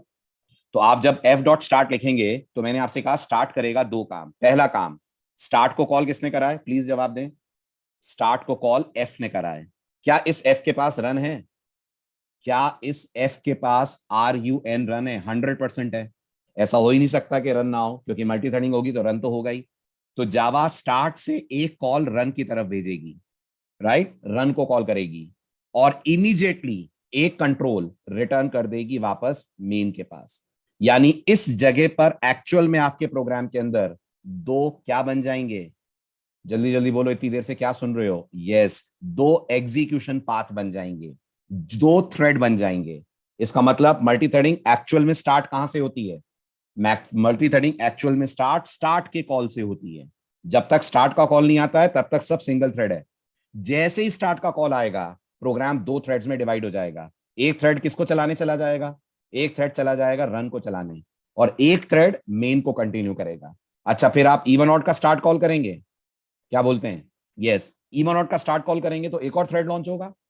यस, वो चला जाएगा इवन आउट के रन के लिए और एक कंटिन्यू होगा मेन के लिए। कितने थ्रेड हो गए अभी तक? 3 थ्रेड्स हो गए, राइट। 3 हो गए बेटा, 3, 4 कैसे हुए? 3 हो गए ना। जो मेन को कंटिन्यू करेगा वो तो वही थ्रेड है जो फैक्टोरियल को भी कंटिन्यू कर रहा है, करेक्ट, राइट। अब उसके बाद प्राइम का कॉल आया, प्राइम ने कॉल करा स्टार्ट, तो प्राइम का रन चलेगा और एक थ्रेड कंटिन्यू करेगा मेन को। तो ओवरऑल आपके प्रोग्राम में कितने थ्रेड हो जाएंगे? ओवरऑल आपके प्रोग्राम में हो जाएंगे 4 threads, right. So we never override start, याद रखना। We always call start, we never call run, याद रखना। We always override run. हम कभी स्टार्ट को ओवरराइड नहीं करते, हम स्टार्ट को बस कॉल करते हैं। और हम कभी रन को कॉल नहीं करते, हम बस रन को करते हैं ओवरराइड। तो जब स्टार्ट को कॉल करते हैं तो जावा कितने एक्शंस लेती है? जावा 2 एक्शंस लेती है। पहला एक्शन क्या लेती है? वो कॉल करती है या एग्जीक्यूट करती है रन को। दूसरा एक्शन वो क्या लेती है? दूसरा एक्शन वो लेती है, वो रिटर्न कर देती है कंट्रोल को वापस कॉलर को, बिना रन के खत्म होने का वेट करे, बिना रन के खत्म होने का इंतजार करे हुए। तो अगर रन में 1000 लाइनें हैं तो जावा वेट नहीं करेगी कि 1000 लाइनें चलें उसके बाद कंट्रोल वापस मेन के पास जाए। इधर रन कॉल होगा, उधर कंट्रोल मेन के पास आ जाएगा और मेन अपना टास्क कंटिन्यू कर सकता है। स्टार्ट की बॉडी देख सकते हैं? हाँ बिल्कुल देख सकते हैं। एसआरसी में जाकर, एसआरसी फाइल है अपने पास, उस एसआरसी फाइल के अंदर जाकर आप स्टार्ट की बॉडी देखिए, बिल्कुल देख सकते हैं। लेकिन समझ नहीं आएगा क्योंकि उसके अंदर जो कोडिंग डली हुई है वो नेटिव प्लेटफॉर्म की कोडिंग डली है। नेटिव समझते हैं? ऑपरेटिंग सिस्टम डिपेंडेंट कोड डाला हुआ है। इसीलिए मल्टी थ्रेडिंग के आने पर जावा कैसी हो जाती है? मल्टी थ्रेडिंग के आने पर जावा हो जाती है प्लेटफॉर्म डिपेंडेंट। क्योंकि ऑपरेटिंग सिस्टम विंडोज का अलग तरीका होगा स्टार्ट को चलाने का, लिनक्स का अलग तरीका होगा, मैक का अलग तरीका होगा, राइट। चलें आगे, है ना। ऑपरेटिंग सिस्टम की लाइब्रेरी से मैं और आप इंटरेक्ट नहीं कर सकते ना, इतनी नॉलेज नहीं है अपन लोगों के पास ऑपरेटिंग सिस्टम की कौन सी लाइब्रेरी है जो थ्रेड्स को हैंडल करती है, लेकिन जावा के डेवलपर्स को है, तो उन्होंने स्टार्ट के अंदर से इंटरेक्शन करा हुआ है। Point clear? ठीक। अब इससे पहले कि हम अपने थ्रेड्स बनाएं, हमें एक बहुत इंपॉर्टेंट बात और पढ़नी है। जब से आप जावा में कोडिंग कर रहे हैं, कि आपको थ्रेड वर्ड कभी दिखा? कभी भी आपको आपके प्रोग्राम के आउटपुट में थ्रेड वर्ड नजर आया? झूठ बोलते हैं आप। अगर आप नो कहते हैं तो आप साफ साफ झूठ बोल रहे हैं, सफेद झूठ। मैं प्रूफ करूं? मैं प्रूफ करूं कि आपको थ्रेड वर्ड दिखा है? चलिए मैं प्रूफ करके दिखाता हूं आपको, ठीक है। एक छोटा सा प्रोग्राम बनाते हैं, class test public static void main string args int a is equal to integer dot parse int args 0, int b is equal to integer dot parse int args 1, int c is equal to a divided by b, system dot out dot println division is c। ये programme तो आपने बनाया हुआ है ना आज से पहले, कि ये भी पहली बार बना रहे हैं? बनाया हुआ है ना। क्या कर रहा है प्रोग्राम? क्या कर रहा है प्रोग्राम? ये प्रोग्राम कमांड लाइन आर्गुमेंट से 2 नंबर लेकर उन्हें डिवाइड करके उनका डिवीजन का रिजल्ट प्रिंट कर रहा है, ठीक है। अब मैं इस प्रोग्राम को सेव करता हूं।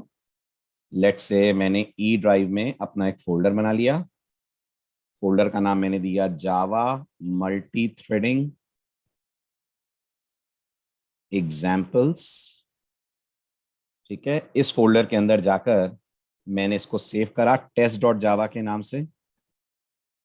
ये हमारा प्रोग्राम सेव हुआ टेस्ट कैपिटल में, ठीक। कमांड प्रॉम्प्ट पे गए, I went to E drive, cd Java multithreading examples, यहां मैंने कहा javac test dot Java, right. Program आपका कंपाइल हुआ। अब मैंने प्रोग्राम को रन करा जावा टेस्ट 5 and 2, तो प्रोग्राम 5/2 का डिवीजन दिखा देगा मुझे 2, है ना, विदाउट एनी प्रॉब्लम्स, ठीक है। क्या होगा अगर मैं यहां सिर्फ 5 पास करूं? तो अगर मैं यहां सिर्फ 5 पास करूं तो ये जो ARGS 1 है इस पे एक्सेप्शन आएगी? आएगी। उस एक्सेप्शन का शुरुआती वर्ड्स पढ़े हैं आपने कभी? उस एक्सेप्शन के इनिशियल वर्ड्स कभी पढ़े हैं आपने? नहीं पढ़े हैं तो आज पढ़िए। देखिए यहां थ्रेड वर्ड आ रहा है, देखिए ध्यान से, आ रहा है यहाँ thread word, exception in thread main आ रहा है। Very good. ऐसे ही अगर मैं इस कोड को रन करके यहाँ 0 पास कर दूं तो भी आएगा exception in thread main. Notice करिए एक्सेप्शन का नाम बदल गया है, यहाँ array index out of bounds थी, अब एरिथमेटिक एक्सेप्शन आ रही है, लेकिन थ्रेड मेन तो आ रहा है ना। इसका मतलब हमारे प्रोग्राम में एक थ्रेड हमेशा एक्टिव रहता है, हमारे प्रोग्राम में एक थ्रेड हमेशा एक्टिव रहता है। और आज आपको उसका नाम पता चला, क्या है? उसका नाम है मेन थ्रेड, राइट। इसका मतलब जावा में 2 चीजें मेन है। हाँ, जावा में 2 चीजें मेन है। एक वो मेन मेथड है जैसे आप जावा के पहले प्रोग्राम से देखते आए हैं, और आज पता चला एक और है कोई मेन, उसका नाम क्या है? उसका नाम है मेन थ्रेड। तो अब हम पढ़ने जा रहे हैं व्हाट इज मेन थ्रेड। पढ़ें ये मेन थ्रेड क्या होता है जो बार बार स्क्रीन पे आता है। अभी तक तो आपने ध्यान नहीं दिया, लेकिन अब तो दिखेगा। अब जब मैंने इतना पिन पॉइंट करके आपकी नजरों में इसका नाम ला दिया है, तो अब तो हर जगह इसका नाम ढूंढेंगे आप। जब भी एक्सेप्शन आएगी तो वहां लिखा हुआ दिखेगा एक्सेप्शन इन थ्रेड मेन। सो सवाल आता है what is this thread main या मेन थ्रेड, ये कौन है? चलिए तो सुनिए कहानी, ये थ्रेड मेन या मेन थ्रेड कौन है, ठीक है। तो आज आपको और डीप अंडरस्टैंडिंग होगी जावा काम कैसे करती है इसको लेकर। व्हाट इज मेन थ्रेड, ठीक।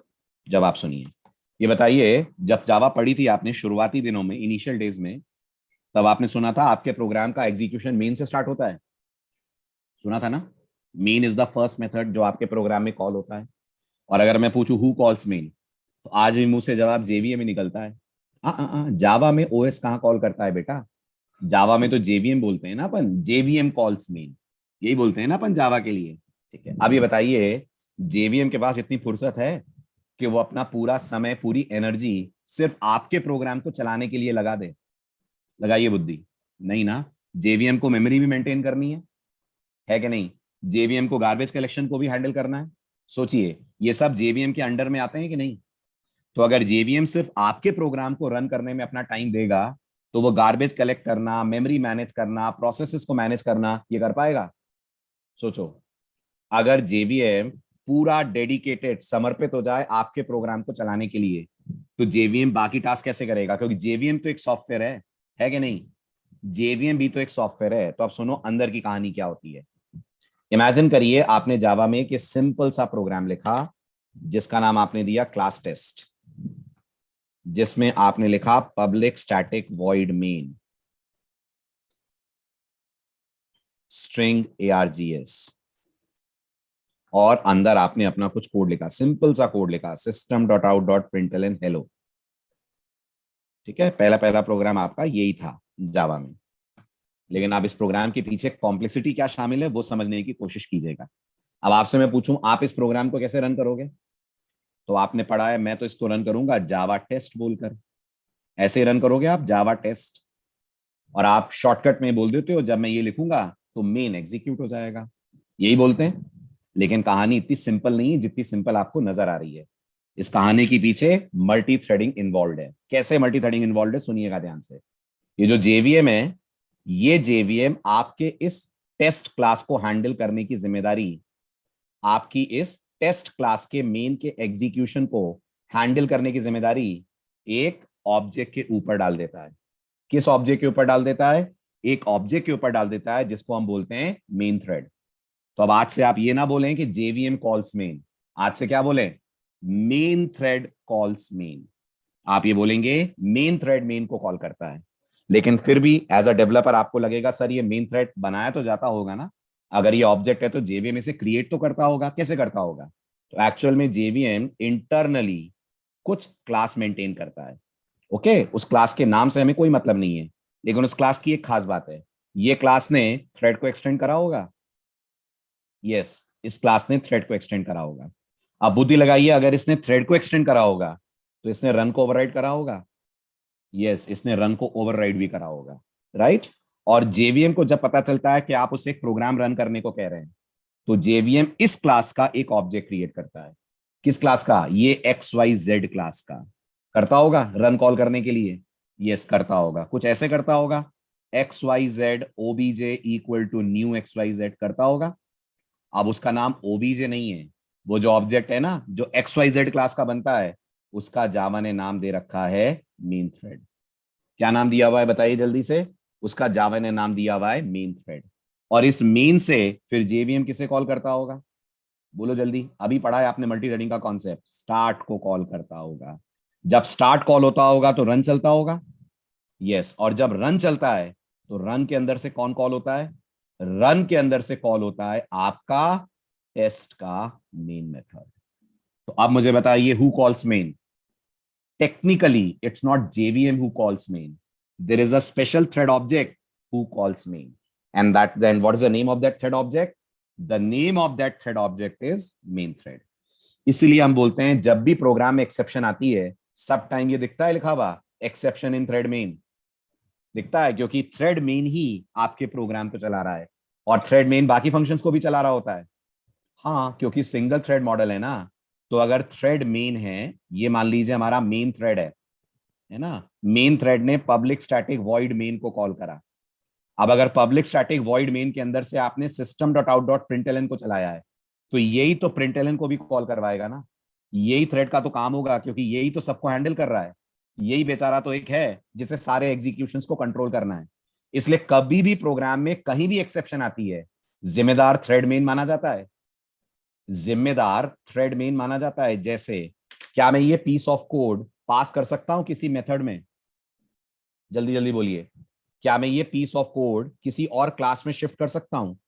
जैसे कि मैं यहां पर एक और क्लास बना दूं, उस क्लास का नाम डाल दूं डिवीजन, और डिवीजन क्लास के अंदर एक मेथड बना दूं डिवाइड, पब्लिक वॉइड डिवाइड। वैसे तो मुझे स्टैटिक बनाना चाहिए, डिवाइड को बनाना चाहिए ना, वैसे तो मुझे डिवाइड को स्टैटिक बनाना चाहिए, बट मैं नहीं बना रहा। ठीक है, अभी मैं इसको जानबूझ के नॉन स्टैटिक बना रहा हूं। यहाँ स्ट्रिंग ए और बी लिख दिया मैंने, राइट, और ये मैंने डिवाइड के अंदर पूरा कोड शिफ्ट कर दिया। यहाँ ARGS 0 की जगह ए आ जाएगा, ARGS 1 की जगह बी आ जाएगा। ये कोड समझ आ रहा है आप लोगों को? डिवीजन के अंदर जो मैंने शिफ्ट कर दिया है, समझ आ रहा है? राइट। अब इस कोड को, यानी इस डिवाइड मेथड को हम यहां से कॉल कर सकते हैं मेन से, division O B J equal to new division, और फिर यहां से हम लिख दें ओबीजे डॉट डिवाइड, और यहां पास कर दें ARGS 0 और ARGS 1। राइट। अब मुझे बताइए, अगर मैं डिनोमिनेटर में 0 देता हूं तो एक्सेप्शन यहां आएगी ना डिवाइड के अंदर? अगर अब मैं डिनोमिनेटर में 0 देता हूं तो एक्सेप्शन डिवाइड के अंदर आएगी ना? यस और नो? एक्सेप्शन डिवाइड के अंदर आएगी। एक स्क्वायर ब्रैकेट एक्स्ट्रा लग गया है किधर? अच्छा, इधर लग गया है, राइट। एक्सेप्शन अब डिवाइड के अंदर आएगी, लेकिन गौर करिएगा, जिम्मेदार किसको माना जाएगा एक्सेप्शन का? जिम्मेदार अभी भी माना जाएगा मेन थ्रेड को।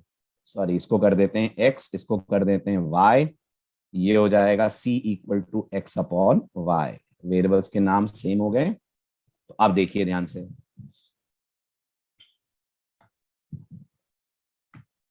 ये आपने रन करा, कंपाइल करा, और आपने रन करा, 5-0 पास करा। अभी भी देखिए एक्सेप्शन की जगह बदल गई है, एक्सेप्शन अब डिवाइड मेथड में आ रही है, लेकिन रिस्पॉन्सिबल किसको ठहराया जा रहा है? थ्रेड मेन को। क्यों? क्योंकि सारा एग्जीक्यूशन किसके अंडर में है? सारा एग्जीक्यूशन थ्रेड मेन के अंडर में है। राइट, आ रही है बात समझ? अब आप सोचिए, जब आप वो बटन वाला एग्जांपल समझ रहे थे, जब आप ये बटन क्लिक करते थे तो ये थ्रेड मेन ही बटन को चलाता था। यस, वो thread main he for loop को चलाएगा। यस, और जब थ्रेड मेन फॉर लूप में बिजी होगा तो वो दूसरे बटन के क्लिक को तो सेंस ही नहीं कर पाएगा ना, क्योंकि वो तो अभी फॉर लूप चला रहा है। जब तक फॉर बंद नहीं होगा तब तक वो दूसरे बटन पे कैसे आएगा? समझ आया? राइट। तो अब अगर हम इस थ्रेड मेन के साथ इसके कुछ और फ्रेंड्स ले आए, इसके कुछ दोस्त ले आए जो इसका लोड शेयर कर ले, तो मल्टी थ्रेडिंग हो जाएगी। उसको बोल दें भाई तू मेन को ही देख, हम लोग बाकी देख लेंगे। उसको ये बोल दें तुम मेन को संभालो, हम बाकियों को संभाल लेंगे, बाकी थ्रेड्स बाकी फंक्शंस हमें कॉल करने दो, तो प्रोग्राम में अचीव हो जाएगी मल्टी थ्रेडिंग। समझ आया? आया समझ? ठीक है। अब हम एक कोड बनाते हैं और हम इस कोड से साबित करेंगे कि हमारे प्रोग्राम को चलाने में किसका कंट्रीब्यूशन होता है? हमारे प्रोग्राम को चलाने में मेन थ्रेड का कंट्रीब्यूशन होता है। ओके, ये प्रोग्राम मल्टी थ्रेडिंग नहीं कर रहा है, सुन रहे हैं ध्यान से सब लोग? ये प्रोग्राम मल्टी थ्रेडिंग का प्रोग्राम नहीं बना रहा हूं मैं। ये प्रोग्राम सिर्फ आपको मेन थ्रेड की डिटेल्स ला कर देगा, एक बात, और आपको कुछ नए मेथड्स पता चलेंगे जो मल्टी थ्रेडिंग में आपको आगे काम आएंगे। और आपका काम बस इतना है कि जितने नए मेथड आपको दिखें, आप मुझे सिर्फ उनका डिक्लेरेशन बताएं। कर पाएंगे इतना? जितने नए मेथड्स में बनाऊं, आप मुझे सिर्फ उनका डिक्लेरेशन बताइएगा, है ना? राइट। कोड मैं समझाऊंगा, कोड मैं लिखूंगा, आपका काम बस इतना है, क्योंकि आपने जावा पढ़ ली है, जावा की आखिरी स्टेज पे हैं आप जेएसई में, कुछ लोगों ने जेडब्ल्यू भी पढ़ी हुई है, तो आप इतना तो आराम से बता सकते हैं देखकर कि जो मैं कोड लिख रहा हूं उसमें जितने नए मेथड्स आ रहे हैं, उन नए मेथड्स के प्रोटोटाइप्स क्या हैं। So we are obtaining details about main thread, ये हमारे इस प्रोग्राम का एम है। ठीक है, तो ध्यान से देखिए प्रोग्राम क्या कर रहा है। पहले मैं आपको व्हाइट बोर्ड पे समझा दूं, फिर इसका प्रैक्टिकल दिखाता हूं। तो मैंने क्लास बनाई और मैंने क्लास का नाम दिया टेस्ट मेन थ्रेड। ये मेरी क्लास का नाम दिया मैंने। अंदर एज यूजुअल हमने मेन मेथड बनाया, public static void main string ARGS। ये करा, इसको थोड़ा सा मैंने स्ट्रेच कर दिया। अब अंदर का कोड आप देखिए। ठीक है, एक बार फिर बताइए, मेन थ्रेड को कॉल कौन करता है? सॉरी, मेन मेथड को कॉल कौन करता है? मेन मेथड को कॉल करता है मेन थ्रेड, है ना? ये पढ़ा आपने आज। अब आज एक नई चीज देखिए, मैंने यहां लिखा thread TH is equal to thread dot current thread. ठीक, ये मेरा पहला नया मेथड, पहली बार देख रहे हैं ना आप इस मेथड को, करंट थ्रेड को, राइट। उसके बाद फिर मैंने एक लाइन और लिखी, system dot out dot print L N thread details colon plus T H. फिर उसके बाद मैंने अगला स्टेटमेंट लिखा, T H dot set name, parameter में पास करा मैंने सचिन। ठीक, उसके बाद फिर मैंने ये वाला एसओपी रिपीट करा और फिर मैंने कहा after name change, after name change, इसको दोबारा डिस्प्ले करा दिया मैंने। ठीक, उसके बाद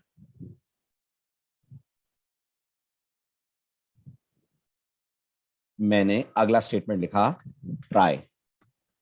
ट्राई के अंदर मैंने एक फॉर लूप चलाया, for INT I equal to 1, I less than और equal to 5, I plus plus. और फॉर लूप के अंदर मैंने करे दो काम। पहला काम मैंने कहा system dot out dot print Elon, system dot out dot print Elon आई को डिस्प्ले करा। दूसरा काम मैंने करा थ्रेड डॉट स्लीप, पैरामीटर में पास करा मैंने 1000। फॉर लूप को यहां पर मैंने क्लोज कर दिया, ट्राई को भी मैंने यहां पर क्लोज कर दिया और यहां पर मैंने एक कैच लगाया, इंटरप्टेड एक्सेप्शन कैच का नाम है। और इस कैच के अंदर आकर मैंने एक स्टेटमेंट लिखा system dot out dot print L N और यहां लिखा मैंने टीएच डॉट गेट नेम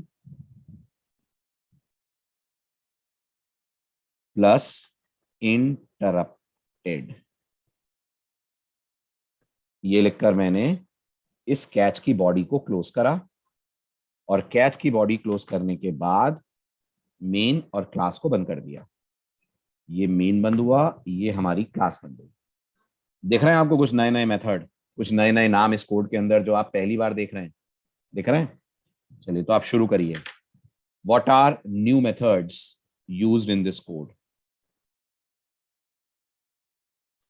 बताइए, पहला मेथड आपको कौन सा दिख रहा है नया? वेरी गुड, पहला मेथड दिख रहा होगा आपको करंट थ्रेड। क्या आप मुझे इसकी प्रोटोटाइप लिख के दे सकते हैं? क्या आप मुझे इसकी प्रोटोटाइप लिख के दे सकते हैं? Very good, public static thread current thread, बिल्कुल सही। विजिबिलिटी पब्लिक है, नेचर स्टैटिक है, रिटर्न टाइप थ्रेड है, नाम इसका करंट थ्रेड है। ठीक है, यह है आपका पहला मेथड। आप सुनिए क्या करता है। ठीक, अब आज से एक बात याद रखिएगा, जावा में जितने भी फंक्शंस एग्जीक्यूट होते हैं, सब फंक्शंस के पीछे कोई ना कोई थ्रेड काम कर रहा होता है। ये बात रियलाइज करी आपने आज? जितने भी फंक्शंस आपके प्रोग्राम में कॉल होंगे, फंक्शंस मतलब मेथड्स, चाहे वो आपकी क्लास का डिवाइड मेथड हो, चाहे कंस्ट्रक्टर कॉल हो रहा हो, चाहे कोई भी मेथड कॉल हो रहा हो, हर मेथड के पीछे थ्रेड इन्वॉल्व है, राइट? और अभी तक आपके प्रोग्राम में कितने थ्रेड्स हैं? अभी तक आपके प्रोग्राम में एक ही थ्रेड है ना, मेन थ्रेड, राइट? अब ये बताइए, क्या मेन एक मेथड है? क्या मेन एक मेथड है? यस, मेन एक मेथड है। तो इस मेथड को भी एक थ्रेड ने चलाया है ना, इस मेथड को भी एक थ्रेड ने चलाया है ना, जिसका नाम होता है मेन थ्रेड। Very good. तो जावा कहती है अगर आपको ये पता करना है कि किस मेथड को कौन सा थ्रेड चला रहा है, तो आप उस फंक्शन या मेथड की बॉडी में जाकर थ्रेड क्लास का एक मेथड कॉल करो जिसका नाम होता है करंट थ्रेड। मेरी बात दोबारा गौर से सुनिएगा, अगर आपको यह पता करना है कि इस समय मेन फंक्शन को या मेन मेथड को कौन सा थ्रेड रन कर रहा है, तो आप मेन मेथड की बॉडी में जाकर थ्रेड क्लास का एक मेथड कॉल करिए जिसका नाम होता है करंट थ्रेड। आपको दिस याद है? दिस याद है? दिस दिस हमें रिटर्न करता है कॉलिंग ऑब्जेक्ट की डिटेल्स। सही कह रहा हूं ना मैं? दिस हमें रिटर्न करता है कॉलिंग ऑब्जेक्ट का एड्रेस। ऐसे करंट थ्रेड हमें क्या रिटर्न करता है? करंट थ्रेड हमें रिटर्न करता है कॉलिंग थ्रेड की डिटेल्स। इस मेथड को कौन सा थ्रेड चला रहा है, यह हमें कौन बताता है? यह हमें बताता है करंट थ्रेड। अब आप मुझे बताइए करंट थ्रेड की रिटर्न टाइप क्या है? इंटीजर। क्या रिटर्न टाइप है करंट थ्रेड की? थ्रेड है। इसका मतलब करंट थ्रेड हमें मेन थ्रेड का रेफरेंस देगा। मेन थ्रेड भी एक ऑब्जेक्ट है ना, राइट? तो ये जो टीएच है, क्या ये मेन थ्रेड को पॉइंट करने लग जाएगा? यस, ये जो टीएच है ये बकायदा मेन थ्रेड को पॉइंट करने लग जाएगा, करेक्ट? तो ये जो मेन थ्रेड है ये वो थ्रेड है जिसके कारण मेन मेथड एग्जीक्यूट हो रहा है और आपने जो टीएस नाम का रेफरेंस बनाया है वो इस वक्त किसको पॉइंट कर रहा है? आपने जो टीएस नाम का रेफरेंस बनाया है वो इस वक्त पॉइंट कर रहा है मेन थ्रेड को। Very good. अब ये बताइए, जावा में system dot out dot println में अगर हम किसी भी रेफरेंस का नाम टाइप करते हैं तो जावा क्या कॉल करती है? जावा कॉल करती है टू स्ट्रिंग। तो इसका मतलब जावा इस वक्त टू स्ट्रिंग कॉल करेगी। Very good. किस क्लास का? आपकी क्लास का? आपकी क्लास का नहीं, उस क्लास का जिसका ये मेन थ्रेड ऑब्जेक्ट है। और क्या वो क्लास थ्रेड को इनहेरिट करती है? क्या उस क्लास ने थ्रेड को इनहेरिट करा हुआ है? यस। तो एक्चुअल में थ्रेड का टू स्ट्रिंग चलेगा। और आपको जो स्क्रीन पे आउटपुट दिखेगा वो कुछ ऐसा होगा, ध्यान से देखिएगा। ये जो एसओपी है इसका आउटपुट कुछ ऐसा दिखेगा, थ्रेड डिटेल्स, उसके बाद लिखा हुआ आएगा सबसे पहले थ्रेड, फिर आएगा स्क्वायर ब्रैकेट, स्क्वायर ब्रैकेट में लिखा आएगा मेन 5 मेन। इतनी जानकारियां आपको टू स्ट्रिंग से मिलेंगी। अब आप जानना चाहेंगे इसमें कौन सी चीज क्या बता रही है। तो इसमें जो सबसे पहला नाम आपको दिख रहा है, दिख रहा है? सबसे पहला नाम आपको दिख रहा है थ्रेड। ये उस क्लास का नाम है जिसका मेन थ्रेड ऑब्जेक्ट है। एक्चुअल में तो ऑब्जेक्ट इसकी किसी डिराइव क्लास का है, लेकिन जावा यहां जनरलाइज नेम रिटर्न कर रही है, दैट इज थ्रेड। ये समझ में आया? पहला पॉइंट क्लियर हुआ? ठीक। सेकंड जो आप देख रहे हैं, सेकंड अंदर बताइए स्क्वायर ब्रैकेट में क्या लिखा हुआ दिख रहा है? स्क्वायर ब्रैकेट के अंदर लिखा हुआ दिख रहा है मेन। दिख रहा है? ये आपके थ्रेड का नाम है। फंक्शन का नाम है कि थ्रेड का नाम है? थ्रेड का नाम है, फंक्शन का नाम नहीं है, थ्रेड का नाम है ये। तो मेन थ्रेड ने मेन फंक्शन को चलाया है। यस। तो ये उस मेन थ्रेड का नाम है, दैट इज मेन। ये जो अगला वैल्यू है, अगली वैल्यू क्या है? बोलो बोलो जल्दी, अगली वैल्यू क्या है? अगली वैल्यू एक इंटीजर है, दैट इज 5। ये 5 कहलाता है थ्रेड की प्रायोरिटी। क्या कहलाता है? लिखिए चैट विंडो में। ये कहलाता है थ्रेड की प्रायोरिटी। अब सवाल आता है ये प्रायोरिटी का चक्कर क्या है? तो ये बताइए, जब एक साथ मल्टीपल थ्रेड्स रन होंगे तो सभी सीपीयू टाइम के लिए झगड़ेंगे, है ना? क्योंकि सीपीयू तो एक ही है ना, सीपीयू तो आपके पास एक ही है ना, राइट? सारे के सारे झगड़ेंगे, राइट? आप ही बताइए, क्या ऐसा हो सकता है इन थ्रेड्स में से कोई थ्रेड ऐसा हो जिसका काम बहुत हैवी हो, जिसको आपने बहुत लेंदी टास्क दिया हो करने के लिए? तो क्या एज अ डेवलपर आप चाहेंगे वो थ्रेड पहले चले, उस थ्रेड को सीपीयू पहले मिले?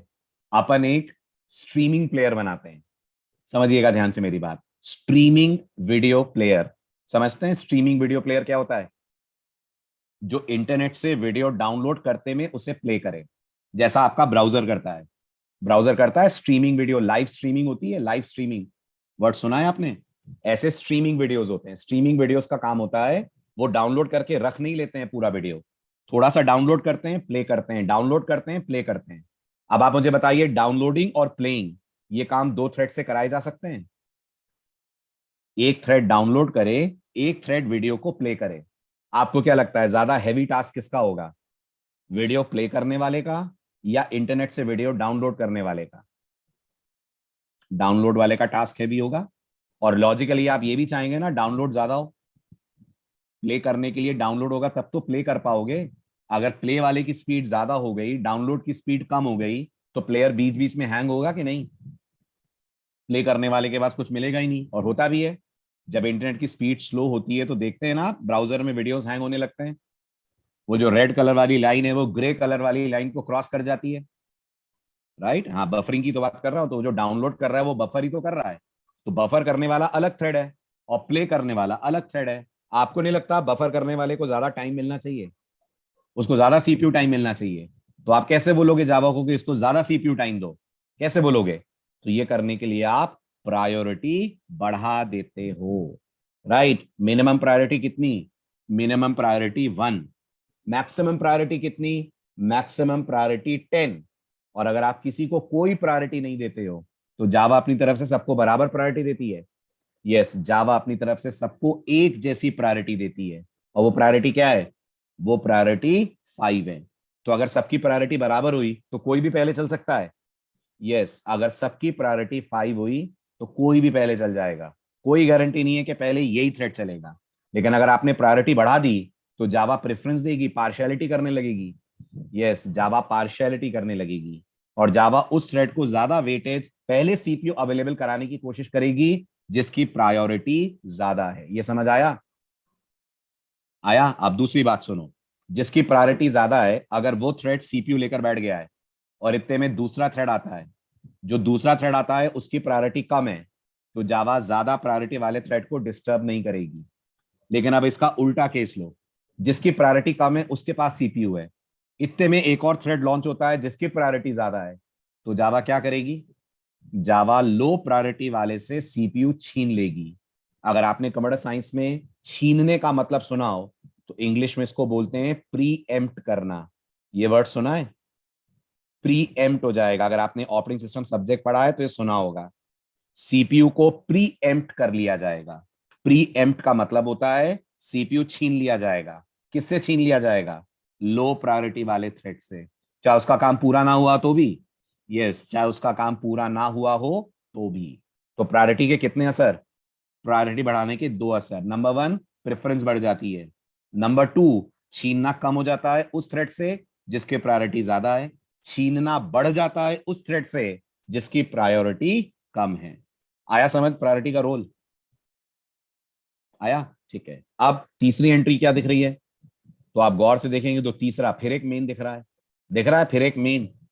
यस। अब ये मेन कौन है? तो याद रखिएगा, इस मेन को बोलते हैं जावा में थ्रेड ग्रुप। लिखिए तो चैट विंडो में क्या बोलते हैं। इस मेन को जावा में बोलते हैं थ्रेड ग्रुप। ये जो आप मेन देख रहे हैं, this is called as thread group. अब सुनिए थ्रेड ग्रुप का क्या मतलब होता है। थ्रेड ग्रुप का मतलब समझने के लिए आप एक रियल वर्ल्ड एग्जाम्पल को समझिए। आई हैव 5 हॉर्सेस, मेरे पास 5 घोड़े हैं। ये पांचों घोड़े अलग अलग दौड़ रहे हैं। एक सिनेरियो ये है। दूसरा सिनेरियो ये है, ये पांचों घोड़ों को मैंने एक रथ के अंदर जोत दिया है। ये पांचों घोड़ों को एक रथ के साथ अटैच कर दिया है। तो आप मुझे बताइए, एक रथ जिसे 5 घोड़े दौड़ा रहे हो और 5 अलग अलग घोड़े दौड़ रहे हो, इन सिनेरियो में कुछ डिफरेंस नजर आ रहा है आपको? जल्दी बोलिए, आ रहा है? वो जो 5 हॉर्सेस अलग अलग दौड़ रहे हैं उनका अपना अलग अलग कंट्रोल होगा, राइट? तो अगर आप एक घोड़े को चाबुक मारेंगे तो जिसको चाबुक लगेगा वही दौड़ेगा ना, बाकी सारे के सारे खड़े रहेंगे। लेकिन अगर एक रथ का सिनेरियो आप लें, तो वो जो सारथी है जो उस रथ को चला रहा है, वो अगर चाबुक लगाएगा एक घोड़े पे तो दौड़ेंगे सारे के सारे। ठीक, चाबुक लगाएगा एक पे, रुकेंगे सारे के सारे, राइट? तो जावा कहती है अगर आपको एक साथ सारे थ्रेड्स चला देने हो तो आप किसे स्टार्ट करें? आप थ्रेड को स्टार्ट ना करें, थ्रेड की जगह उनका ग्रुप स्टार्ट कर दें। तो अगर आपको सारे थ्रेड्स को अंडर सिंगल कंट्रोल रखना हो तो आप उन्हें एक अलग से ग्रुप में डालकर उनका ग्रुप बना सकते हैं। और इसका दूसरा बढ़िया एग्जांपल, व्हाट्सएप का ब्रॉडकास्ट। व्हाट्सएप में जब आप ग्रुप में मैसेज डालते हैं सबको डिलीवर होता है, और जब आप डायरेक्ट चैट करते हैं तो सिंगल सिंगल डिलीवरी होती है, राइट? तो जैसे व्हाट्सएप में ग्रुप चैटिंग होती है, ऐसे जावा में थ्रेड्स के ग्रुप्स होते हैं। और अगर आप किसी थ्रेड को कोई ग्रुप नहीं देते हैं तो जावा सबका एक कॉमन ग्रुप बना के रखती है। वो क्या है? वो है मेन। जब किसी थ्रेड को कोई ग्रुप ना दिया जाए तो वो एक कॉमन ग्रुप को बिलोंग करने लगते हैं, और उस ग्रुप का नाम होता है मेन, जिससे आपको बहुत कम डील करना है। तो आपको जिनसे ज्यादा डील करना है वो मेन मेथड और मेन थ्रेड है। हालांकि जावा में अब पता चला स्क्वायर ब्रैकेट में क्यों है, इस तरह से आउटपुट आता है। आपने कलेक्शंस पढ़ा है? यस और नो? पढ़ा है। तो जब हम एरे लिस्ट को प्रिंट करते हैं तो आउटपुट कैसा आता है प्रदीप? जब हम एरे लिस्ट को प्रिंट करते हैं तो आउटपुट कैसा आता है? अगर एरे लिस्ट के अंदर मैंने डाला है संडे मंडे ट्यूसडे और मैंने एरे लिस्ट का ऑब्जेक्ट प्रिंटलन में डाला, तो मुझे आउटपुट में क्या दिखता है? बोलो प्रदीप जल्दी से। अगर एक एरे लिस्ट बनाई, उसमें मैंने संडे मंडे ट्यूसडे डाला और मैंने एरे लिस्ट को प्रिंट करा, तो मुझे आउटपुट में क्या दिखेगा?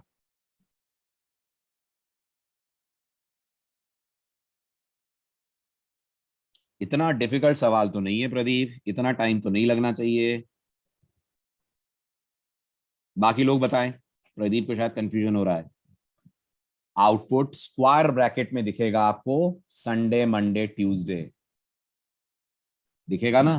क्यों दिखेगा? क्योंकि एरे लिस्ट का टू स्ट्रिंग इस तरह से ओवरराइड करा गया है। समझ आ रही है बात? उसको ऐसे बनाया गया है कि वो आउटपुट आपको स्क्वायर ब्रैकेट में ही दिखाएगा। ऐसे ही यहां पर लिखा गया है कोड ऐसा। चलें आगे। ये तो टू स्ट्रिंग कर रहा है ना, हम थोड़ी कर रहे हैं। ठीक, और स्क्वायर ब्रैकेट में क्यों है उससे क्या फर्क पड़ता है? जावा की डिजाइनिंग है, वो आपको बताना चाहती है थ्रेड क्लास है, और बाकी की जो तीन चीजें दिख रही हैं वो प्रॉपर्टीज हैं। उसमें से एक प्रॉपर्टी नेम है, एक प्रॉपर्टी प्रायोरिटी है, एक प्रॉपर्टी ग्रुप का नाम है। समझ आ गया? बढ़े आगे। राइट, अब बताइए अगला नया मेथड कौन सा दिखा? जल्दी जल्दी जल्दी जल्दी, अगला नया मेथड कौन सा दिखा? फटाफट बोलिए। अगला नया मेथड आपको दिखेगा सेट नेम के नाम से। जो नेक्स्ट इंपॉर्टेंट मेथड दिख रहा है उसका नाम है सेट नेम। राइट, प्रोटोटाइप बताओ, प्रोटोटाइप बताओ। तो प्रोटोटाइप है पब्लिक, नॉन स्टैटिक है तो वॉइड। राइट, नाम होगा सेट नेम, और पैरामीटर में क्या लेगा? पैरामीटर में आपसे लेगा स्ट्रिंग। अब ये क्या करता है ये मुझे समझाने की जरूरत तो नहीं है ना, समझ आ ही रहा होगा आपको ये क्या करता है। ये आपसे एक स्ट्रिंग लेता है, और जो ऑब्जेक्ट इसे कॉल कर रहा है, जो थ्रेड ऑब्जेक्ट इसे कॉल कर रहा है, ये उसका नाम चेंज कर देता है। राइट, तो टीएच का नाम बदलेगा, ये टीएच का नाम नहीं बदलेगा। टीएच जिस थ्रेड ऑब्जेक्ट को पॉइंट कर रहा है उसका नाम बदलेगा। तो टीएच तो रेफरेंस है, टीएच जिसको पॉइंट कर रहा है उसका नाम अभी तक क्या था? टीएच जिसको पॉइंट कर रहा है उसका नाम अभी तक था मेन।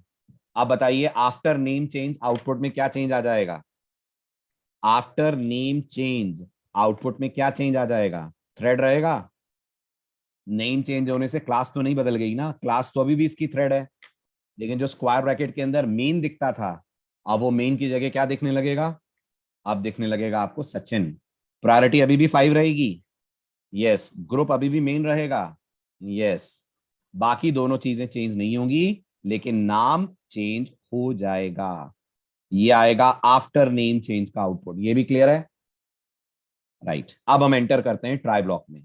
अब आप देख सकते हैं अगर ट्राई लगा है तो डेफिनेटली इस कारण से लगा होगा कि एक्सेप्शन आने के चांसेस हैं, है ना। और इतना भी आप समझ पा रहे होंगे कि प्रिंटलन तो कोई एक्सेप्शन देता नहीं है, नहीं देता है ना। इसका मतलब एक्सेप्शन देने वाला कौन? एक्सेप्शन देने वाला ये मेथड जिसका नाम है स्लीप। ओके, पहले आप मुझे स्लीप की प्रोटोटाइप बताइए, तो अच्छे से सोच के समझ के बोलना। स्लीप की प्रोटोटाइप बताओ, बोलो जल्दी बोलो। स्लीप की प्रोटोटाइप बताइए जल्दी से। ये जो स्लीप मेथड दिख रहा है मुझे इसकी प्रोटोटाइप चाहिए आप लोगों से। क्या प्रोटोटाइप होगी इसकी, please tell me. Static method होगा अपनी क्लास का, हाँ या ना?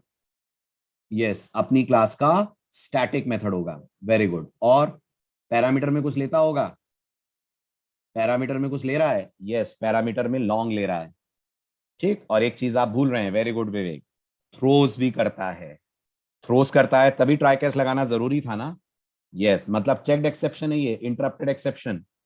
जी हाँ, इंटरप्ट एक्सेप्शन चेक्ड एक्सेप्शन है।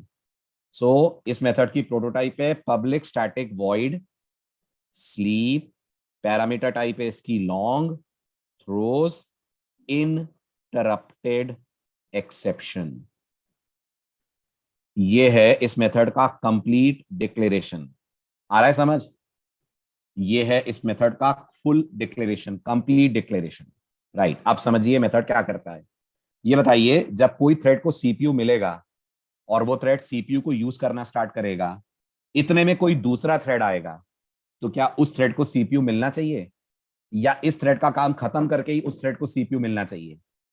अगर आपका कहना है सर काम खत्म करके मिलना चाहिए, तो दिमाग लगाइए, अगर काम खत्म करके मिलेगा तो फिर ये सिंगल थ्रेड मॉडल हो गया कि नहीं? सोचिए, अगर पहले थ्रेड का काम पूरा खत्म हो जाए फिर दूसरे थ्रेड को सीपीयू मिले, तो ये पहले भी होता था, इसमें नया क्या है? यस और नो, है ना। तो जावा ये कहती है मल्टी थ्रेडिंग का एक बेसिक प्रिंसिपल है, जैसे जिंदगी का एक बेसिक प्रिंसिपल है जियो और जीने दो, है, जियो और जीने दो। सुना है आपने, बहुत सारे आध्यात्मिक गुरु ये बोलते हैं। ऐसे प्रोग्रामिंग गुरु मल्टी थ्रेडिंग के लिए एक प्रिंसिपल बोलते हैं, और मल्टी थ्रेडिंग का प्रिंसिपल ये है कि आपको कभी भी अपने थ्रेड में सीपीयू पे कब्जा करके बैठ नहीं जाना चाहिए। आपको थोड़ी देर चलना चाहिए, फिर सोना चाहिए। जब आप सोएंगे तो दूसरे थ्रेड को चलने का मौका मिलेगा। आ रहा है समझ? जब आप सोएंगे तो दूसरे थ्रेड को चलने का मौका मिलेगा। तो कोई थ्रेड जावा को कैसे कहेगा कि मैं थोड़ी देर के लिए सीपीयू को फ्री कर रहा हूं, आप इस सीपीयू को दूसरे थ्रेड को दे सकते हो। तो अगर आपको जावा को यह बोलना है कि मैं थोड़ी देर के लिए सीपीयू को फ्री कर रहा हूं, तो आप जावा में एक मेथड कॉल करेंगे जिसका नाम होता है स्लीप। जब स्लीप कॉल करते हैं तो पूरा प्रोग्राम सो जाता है? नहीं, जब स्लीप कॉल करते हैं तो पूरा प्रोग्राम नहीं सो जाता है। जब स्लीप कॉल करते हैं तो जिस फंक्शन के अंदर से आपने स्लीप कॉल करा है, बताइए तो मैंने कौन से फंक्शन के अंदर से स्लीप कॉल करा है? मैं फंक्शन बोल रहा हूं, थोड़ा सा गलत वर्ड है, बोलना मुझे मेथड चाहिए, बट आप कंफ्यूज ना हो इसलिए मैं फंक्शन वर्ड यूज कर रहा हूं। तो मैं कौन से फंक्शन के अंदर से स्लीप कॉल कर रहा हूं? मैं मेन फंक्शन के अंदर से स्लीप कॉल कर रहा हूं। मेन फंक्शन को कौन सा थ्रेड चला रहा है? मेन फंक्शन को मेन थ्रेड चला रहा है, जिसका अब नाम सचिन हो गया है। हाँ, जिसका अब नाम सचिन हो गया है। तो जब आप बोलेंगे थ्रेड डॉट स्लीप, तो ये जो सचिन थ्रेड है, जो मेन थ्रेड भी है एक्चुअल में, ये स्लीप पीरियड में चला जाएगा। स्लीप पीरियड में चला जाएगा मतलब मेमोरी से हट जाएगा? नहीं, मेमोरी से हट नहीं जाएगा, सीपीयू को छोड़ देगा। सीपीयू को छोड़ देगा मतलब सीपीयू को रिलीज कर देगा। तो आप सोचिए, अगर इस दौरान हमारे पास फैक्टोरियल का, प्राइम का, इवन ऑड का थ्रेड होता, तो क्या सीपीयू उन थ्रेड्स को अलॉट करा जा सकता था जावा के द्वारा? यस। तो सोचिए, मेन का लूप एक बार चलता, इतने में थोड़ा सा फैक्टोरियल भी चलता। यस, फिर फैक्टोरियल को भी सोना चाहिए। यस, फिर फैक्टोरियल को भी सोना चाहिए। फैक्टोरियल सोएगा तो फिर मेन चलेगा। यस, फैक्टोरियल सोएगा तो शायद मेन चलेगा, शायद प्राइम चलेगा, शायद इवन नॉट चलेगा, सब चलेंगे। इसका मतलब किसी भी थ्रेड को, सीपीयू को टोटली टोटली ऑक्यूपाई नहीं करना चाहिए, उसे थोड़ी देर चलना चाहिए, थोड़ी देर के लिए सो जाना चाहिए। वो सोएगा तो दूसरों को चलने का मौका मिलेगा, दूसरों को सीपीयू अलॉट होगा। इतना समझ आया? ठीक है, अब बात आती है इस पूरे में एक्सेप्शन की जरूरत क्या पड़ गई। तो याद रखिएगा, जब कोई थ्रेड स्लीप पीरियड में होता है तो आप उस थ्रेड को जगा सकते हैं, आप उस थ्रेड को वेकअप कॉल दे सकते हैं। वो कैसे देते हैं, वो आप आगे पढ़ना कैसे देते हैं, बस इतना सुन लीजिए, उस थ्रेड को आप वेकअप कॉल दे सकते हैं। अब गौर से सोचिए, अगर मेन थ्रेड के पास सीपीयू नहीं है तो दो कारणों से नहीं है। सोचिएगा ध्यान से, एक कारण ये हो सकता है कि मेन थ्रेड स्लीप पीरियड में गया हो, हाँ या ना, है ना, इस कारण से उसने सीपीयू छोड़ा हो। ये भी हो सकता है ना कि इसकी प्रायोरिटी से ज्यादा प्रायोरिटी वाला थ्रेड आ गया हो, तो इससे सीपीयू छीन लिया गया हो, तो भी इसके पास सीपीयू नहीं है, राइट। अब आप जब किसी थ्रेड को वेकअप कॉल देते हैं तो डिपेंड करता है वो इस समय किस स्टेट में है। अगर वो थ्रेड सो रहा होता है, वो स्लीप पीरियड में होता है, तो वो आपके वेकअप कॉल के आने पर एक्सेप्शन जनरेट करता है। कौन सी एक्सेप्शन जनरेट करता है? वो जनरेट करता है इंटरप्टेड एक्सेप्शन। मतलब आपने उसकी नींद डिस्टर्ब कर दी। हाँ, आपने उसकी नींद डिस्टर्ब कर दी। ये जो 1000 आप देख रहे हैं, ये क्या है? ये जो 1000 आप देख रहे हैं, ये मिली सेकेंड है, याद रखिएगा, सेकंड नहीं है ये मिली सेकेंड है, राइट। तो अगर ये 1000 मिली सेकेंड तक सो रहा है, तो 1000 मिली सेकेंड पूरा सोएगा। हाँ, इसकी तरफ से तो ये 1000 मिली सेकेंड पूरा सोने के लिए गया था, लेकिन हो सकता है ना आधे मिली सेकेंड में ही, आधे सेकेंड में ही आपने इसको बुला लिया हो। अभी 500 मिली सेकेंड पूरे हुए हैं और आपने इसको जगा दिया हो, तो अगर आप इसको बीच में जगाएंगे तो ये क्या थ्रो करेगा? अगर आप इसको बीच में जगाएंगे तो ये थ्रो करेगा एक्सेप्शन। लेकिन ये गारंटी है इस प्रोग्राम में एक्सेप्शन नहीं आएगी, मानते हैं? हाँ, क्योंकि उस प्रोग्राम में दो थ्रेड्स हैं ही नहीं, एक ही थ्रेड है, और जगाने के लिए दूसरा थ्रेड चाहिए। यस, जगाने के लिए दूसरा थ्रेड चाहिए जो इसको वेकअप कॉल देगा, वो अभी हमारे पास है नहीं। लेकिन फिर भी क्योंकि मेथड में थ्रोज लगा है तो कैश लगाना जरूरी है। यस, मेथड में थ्रोज लगा है इसलिए कैश लगाना जरूरी है, राइट। तो इंटरप्ट एक्सेप्शन एक चेक्ड एक्सेप्शन है, जो कोई भी थ्रेड तब थ्रो करता है जब वो थ्रेड को सोते में वेकअप कॉल दिया जाता है। वेकअप कॉल कैसे देते हैं वो भी सुन लीजिए। उसके लिए थ्रेड का एक मेथड होता है। क्या नाम होता है उस मेथड का? उस मेथड का नाम होता है इंटरप्ट। ये नाम का थ्रेड क्लास आपको एक मेथड देती है। तो ये बिल्कुल वैसा ही है जैसा ब्रेक है। यस, जैसे ब्रेक कीवर्ड किससे बाहर लाता है? ब्रेक कीवर्ड लूप से बाहर लाता है। ऐसे इंटरप्ट किससे बाहर लाता है? इंटरप्ट निद्रा से बाहर लाता है, स्लीप पीरियड से बाहर लाता है, राइट। और जब स्लीप पीरियड से कोई थ्रेड बाहर आता है तो वो जनरेट करता है एक्सेप्शन, राइट। अगर उसका स्लीप पीरियड पूरा नहीं हुआ है तो, और पूरा हो गया है तो, पूरा हो गया है तो कोई दिक्कत नहीं है, कोई एक्सेप्शन नहीं आएगी। सोने नहीं गया तो, सोने नहीं गया तो भी कोई एक्सेप्शन नहीं आएगी। लेकिन अगर सो रहा है और आपने उसे इंटरप्ट करा तो वो थ्रो कर देगा इंटरप्टेड एक्सेप्शन। क्लियर हुआ? Very good. अब आखिरी मेथड बताने, अच्छा ये प्रोग्राम का आउटपुट कैसा आएगा, ये तो अपन ने बात की नहीं। प्रोग्राम का आउटपुट कैसा आएगा? आफ्टर नेम चेंज के बाद क्या आएगा? आफ्टर नेम चेंज के बाद 1 आएगा, और 1 के बाद आप देखेंगे आपका आउटपुट स्क्रीन 1 सेकंड के लिए पॉज हो जाएगी। यस, आउटपुट स्क्रीन 1 सेकंड के लिए पॉज हो जाएगी, यानी इसके बाद 1 सेकंड का पॉज आएगा। यस, 1 सेकंड का पॉज आएगा, फिर 2 आएगा। यस, फिर 2 के बाद 1 सेकंड का पॉज आएगा। यस, 2 के बाद 1 सेकंड का पॉज आएगा। अभी के लिए आप मानते हैं टाइम वेस्ट हो रहा है, क्योंकि वो जो 1 सेकंड का पॉज है उसमें कुछ हो ही नहीं रहा है, खाली सो ही रहा है थ्रेड। लेकिन हमने तैयारी कर ली है मल्टी थ्रेडिंग के कोड्स को बनाने की। ये जो स्लीप है इसके कारण दूसरे थ्रेड्स को सीपीयू मिलेगा और वो अपना एग्जीक्यूशन कर पाएंगे। क्लियर हुआ? वर्किंग समझ आई आपको? राइट। अब आखिरी मेथड बता दीजिए। आखिरी मेथड तो बहुत ही सिंपल है, गेटर मेथड है वो। मेथड का नाम है गेट नेम। क्या लौटाता होगा? लौटाता होगा एक string. Sir it also effects the time complexity, of course. Physical time complexity, right. Time complexity दो तरह से निकाली जाती है। फिजिकल रनिंग टाइम पे जरूर असर पड़ेगा, लेकिन डेटा स्ट्रक्चर की टाइम कॉम्प्लेक्सिटी की बात कर रहे हैं तो कोई असर नहीं पड़ेगा। उसमें लूप रुक रुक कर चले, बहुत तेज तेज चले, क्या फर्क पड़ता है? टाइम कॉम्प्लेक्सिटी अगर आप डीएस के टर्म्स में बोल रहे हैं, बिग ओ नोटेशन के टर्म्स में बोल रहे हैं, तो कोई फर्क नहीं पड़ेगा स्लीप के होने और नहीं होने का। लेकिन अगर आप फिजिकल रनिंग टाइम की बात कर रहे हैं तो जरूर पड़ेगा। चलिए, तो ये हो गया पब्लिक स्ट्रिंग गेट नेम। क्या रिटर्न करता है gate name? Gate name return करता है थ्रेड का नाम, राइट। तो हमारे थ्रेड का नाम क्या है? हमारे थ्रेड का नाम सचिन है। अगर सचिन को सोते में इंटरप्ट करा तो कंट्रोल कैच में जाकर बोलेगा सचिन इंटरप्टेड। यस, अगर सचिन को सोते में इंटरप्ट करा तो कोड कैच में जाकर बोलेगा सचिन इंटरप्टेड। अदरवाइज ये कोड आपका नॉर्मल चलता रहेगा और 1 से लेकर 5 तक के पूरे नंबर प्रिंट करके ही बंद होगा। आ गया समझ पूरा कोड, सिवाय इसके कि मल्टी थ्रेडिंग कैसे हो रही है वो नहीं हो रही है अभी, वो होगी अगले लेक्चर में। बाकी क्लियर हो गई कहानी पूरी? Absolutely right. अब इसको मैं एग्जीक्यूट भी करके आपको दिखा देता हूं, वो भी आप देख लीजिए जाते जाते। अगले लेक्चर में फिर अपन अपने खुद के थ्रेड्स बनाना सीखेंगे। तो ये रहा मेरा कोड, ये मैंने पेस्ट करा। फॉर बंद, ट्राई बंद, कैच बंद, मेन बंद, क्लास बंद। Very good. अब मैं इसको सेव कर रहा हूं। इसको मैंने सेव करा, सेव करके मैंने इसका नाम रखा यहां पर टेस्ट मेन थ्रेड। ठीक, इसको आपने सेव कर लिया। अब आ जाइए आप कमांड प्रॉम्प्ट पे, यहां कर लिखिए javac test main thread dot Java. ये आपका कोड कंपाइल हुआ। लिखिए Java test main thread. Check करिए आउटपुट में 1-1 सेकंड का गैप दिख रहा है।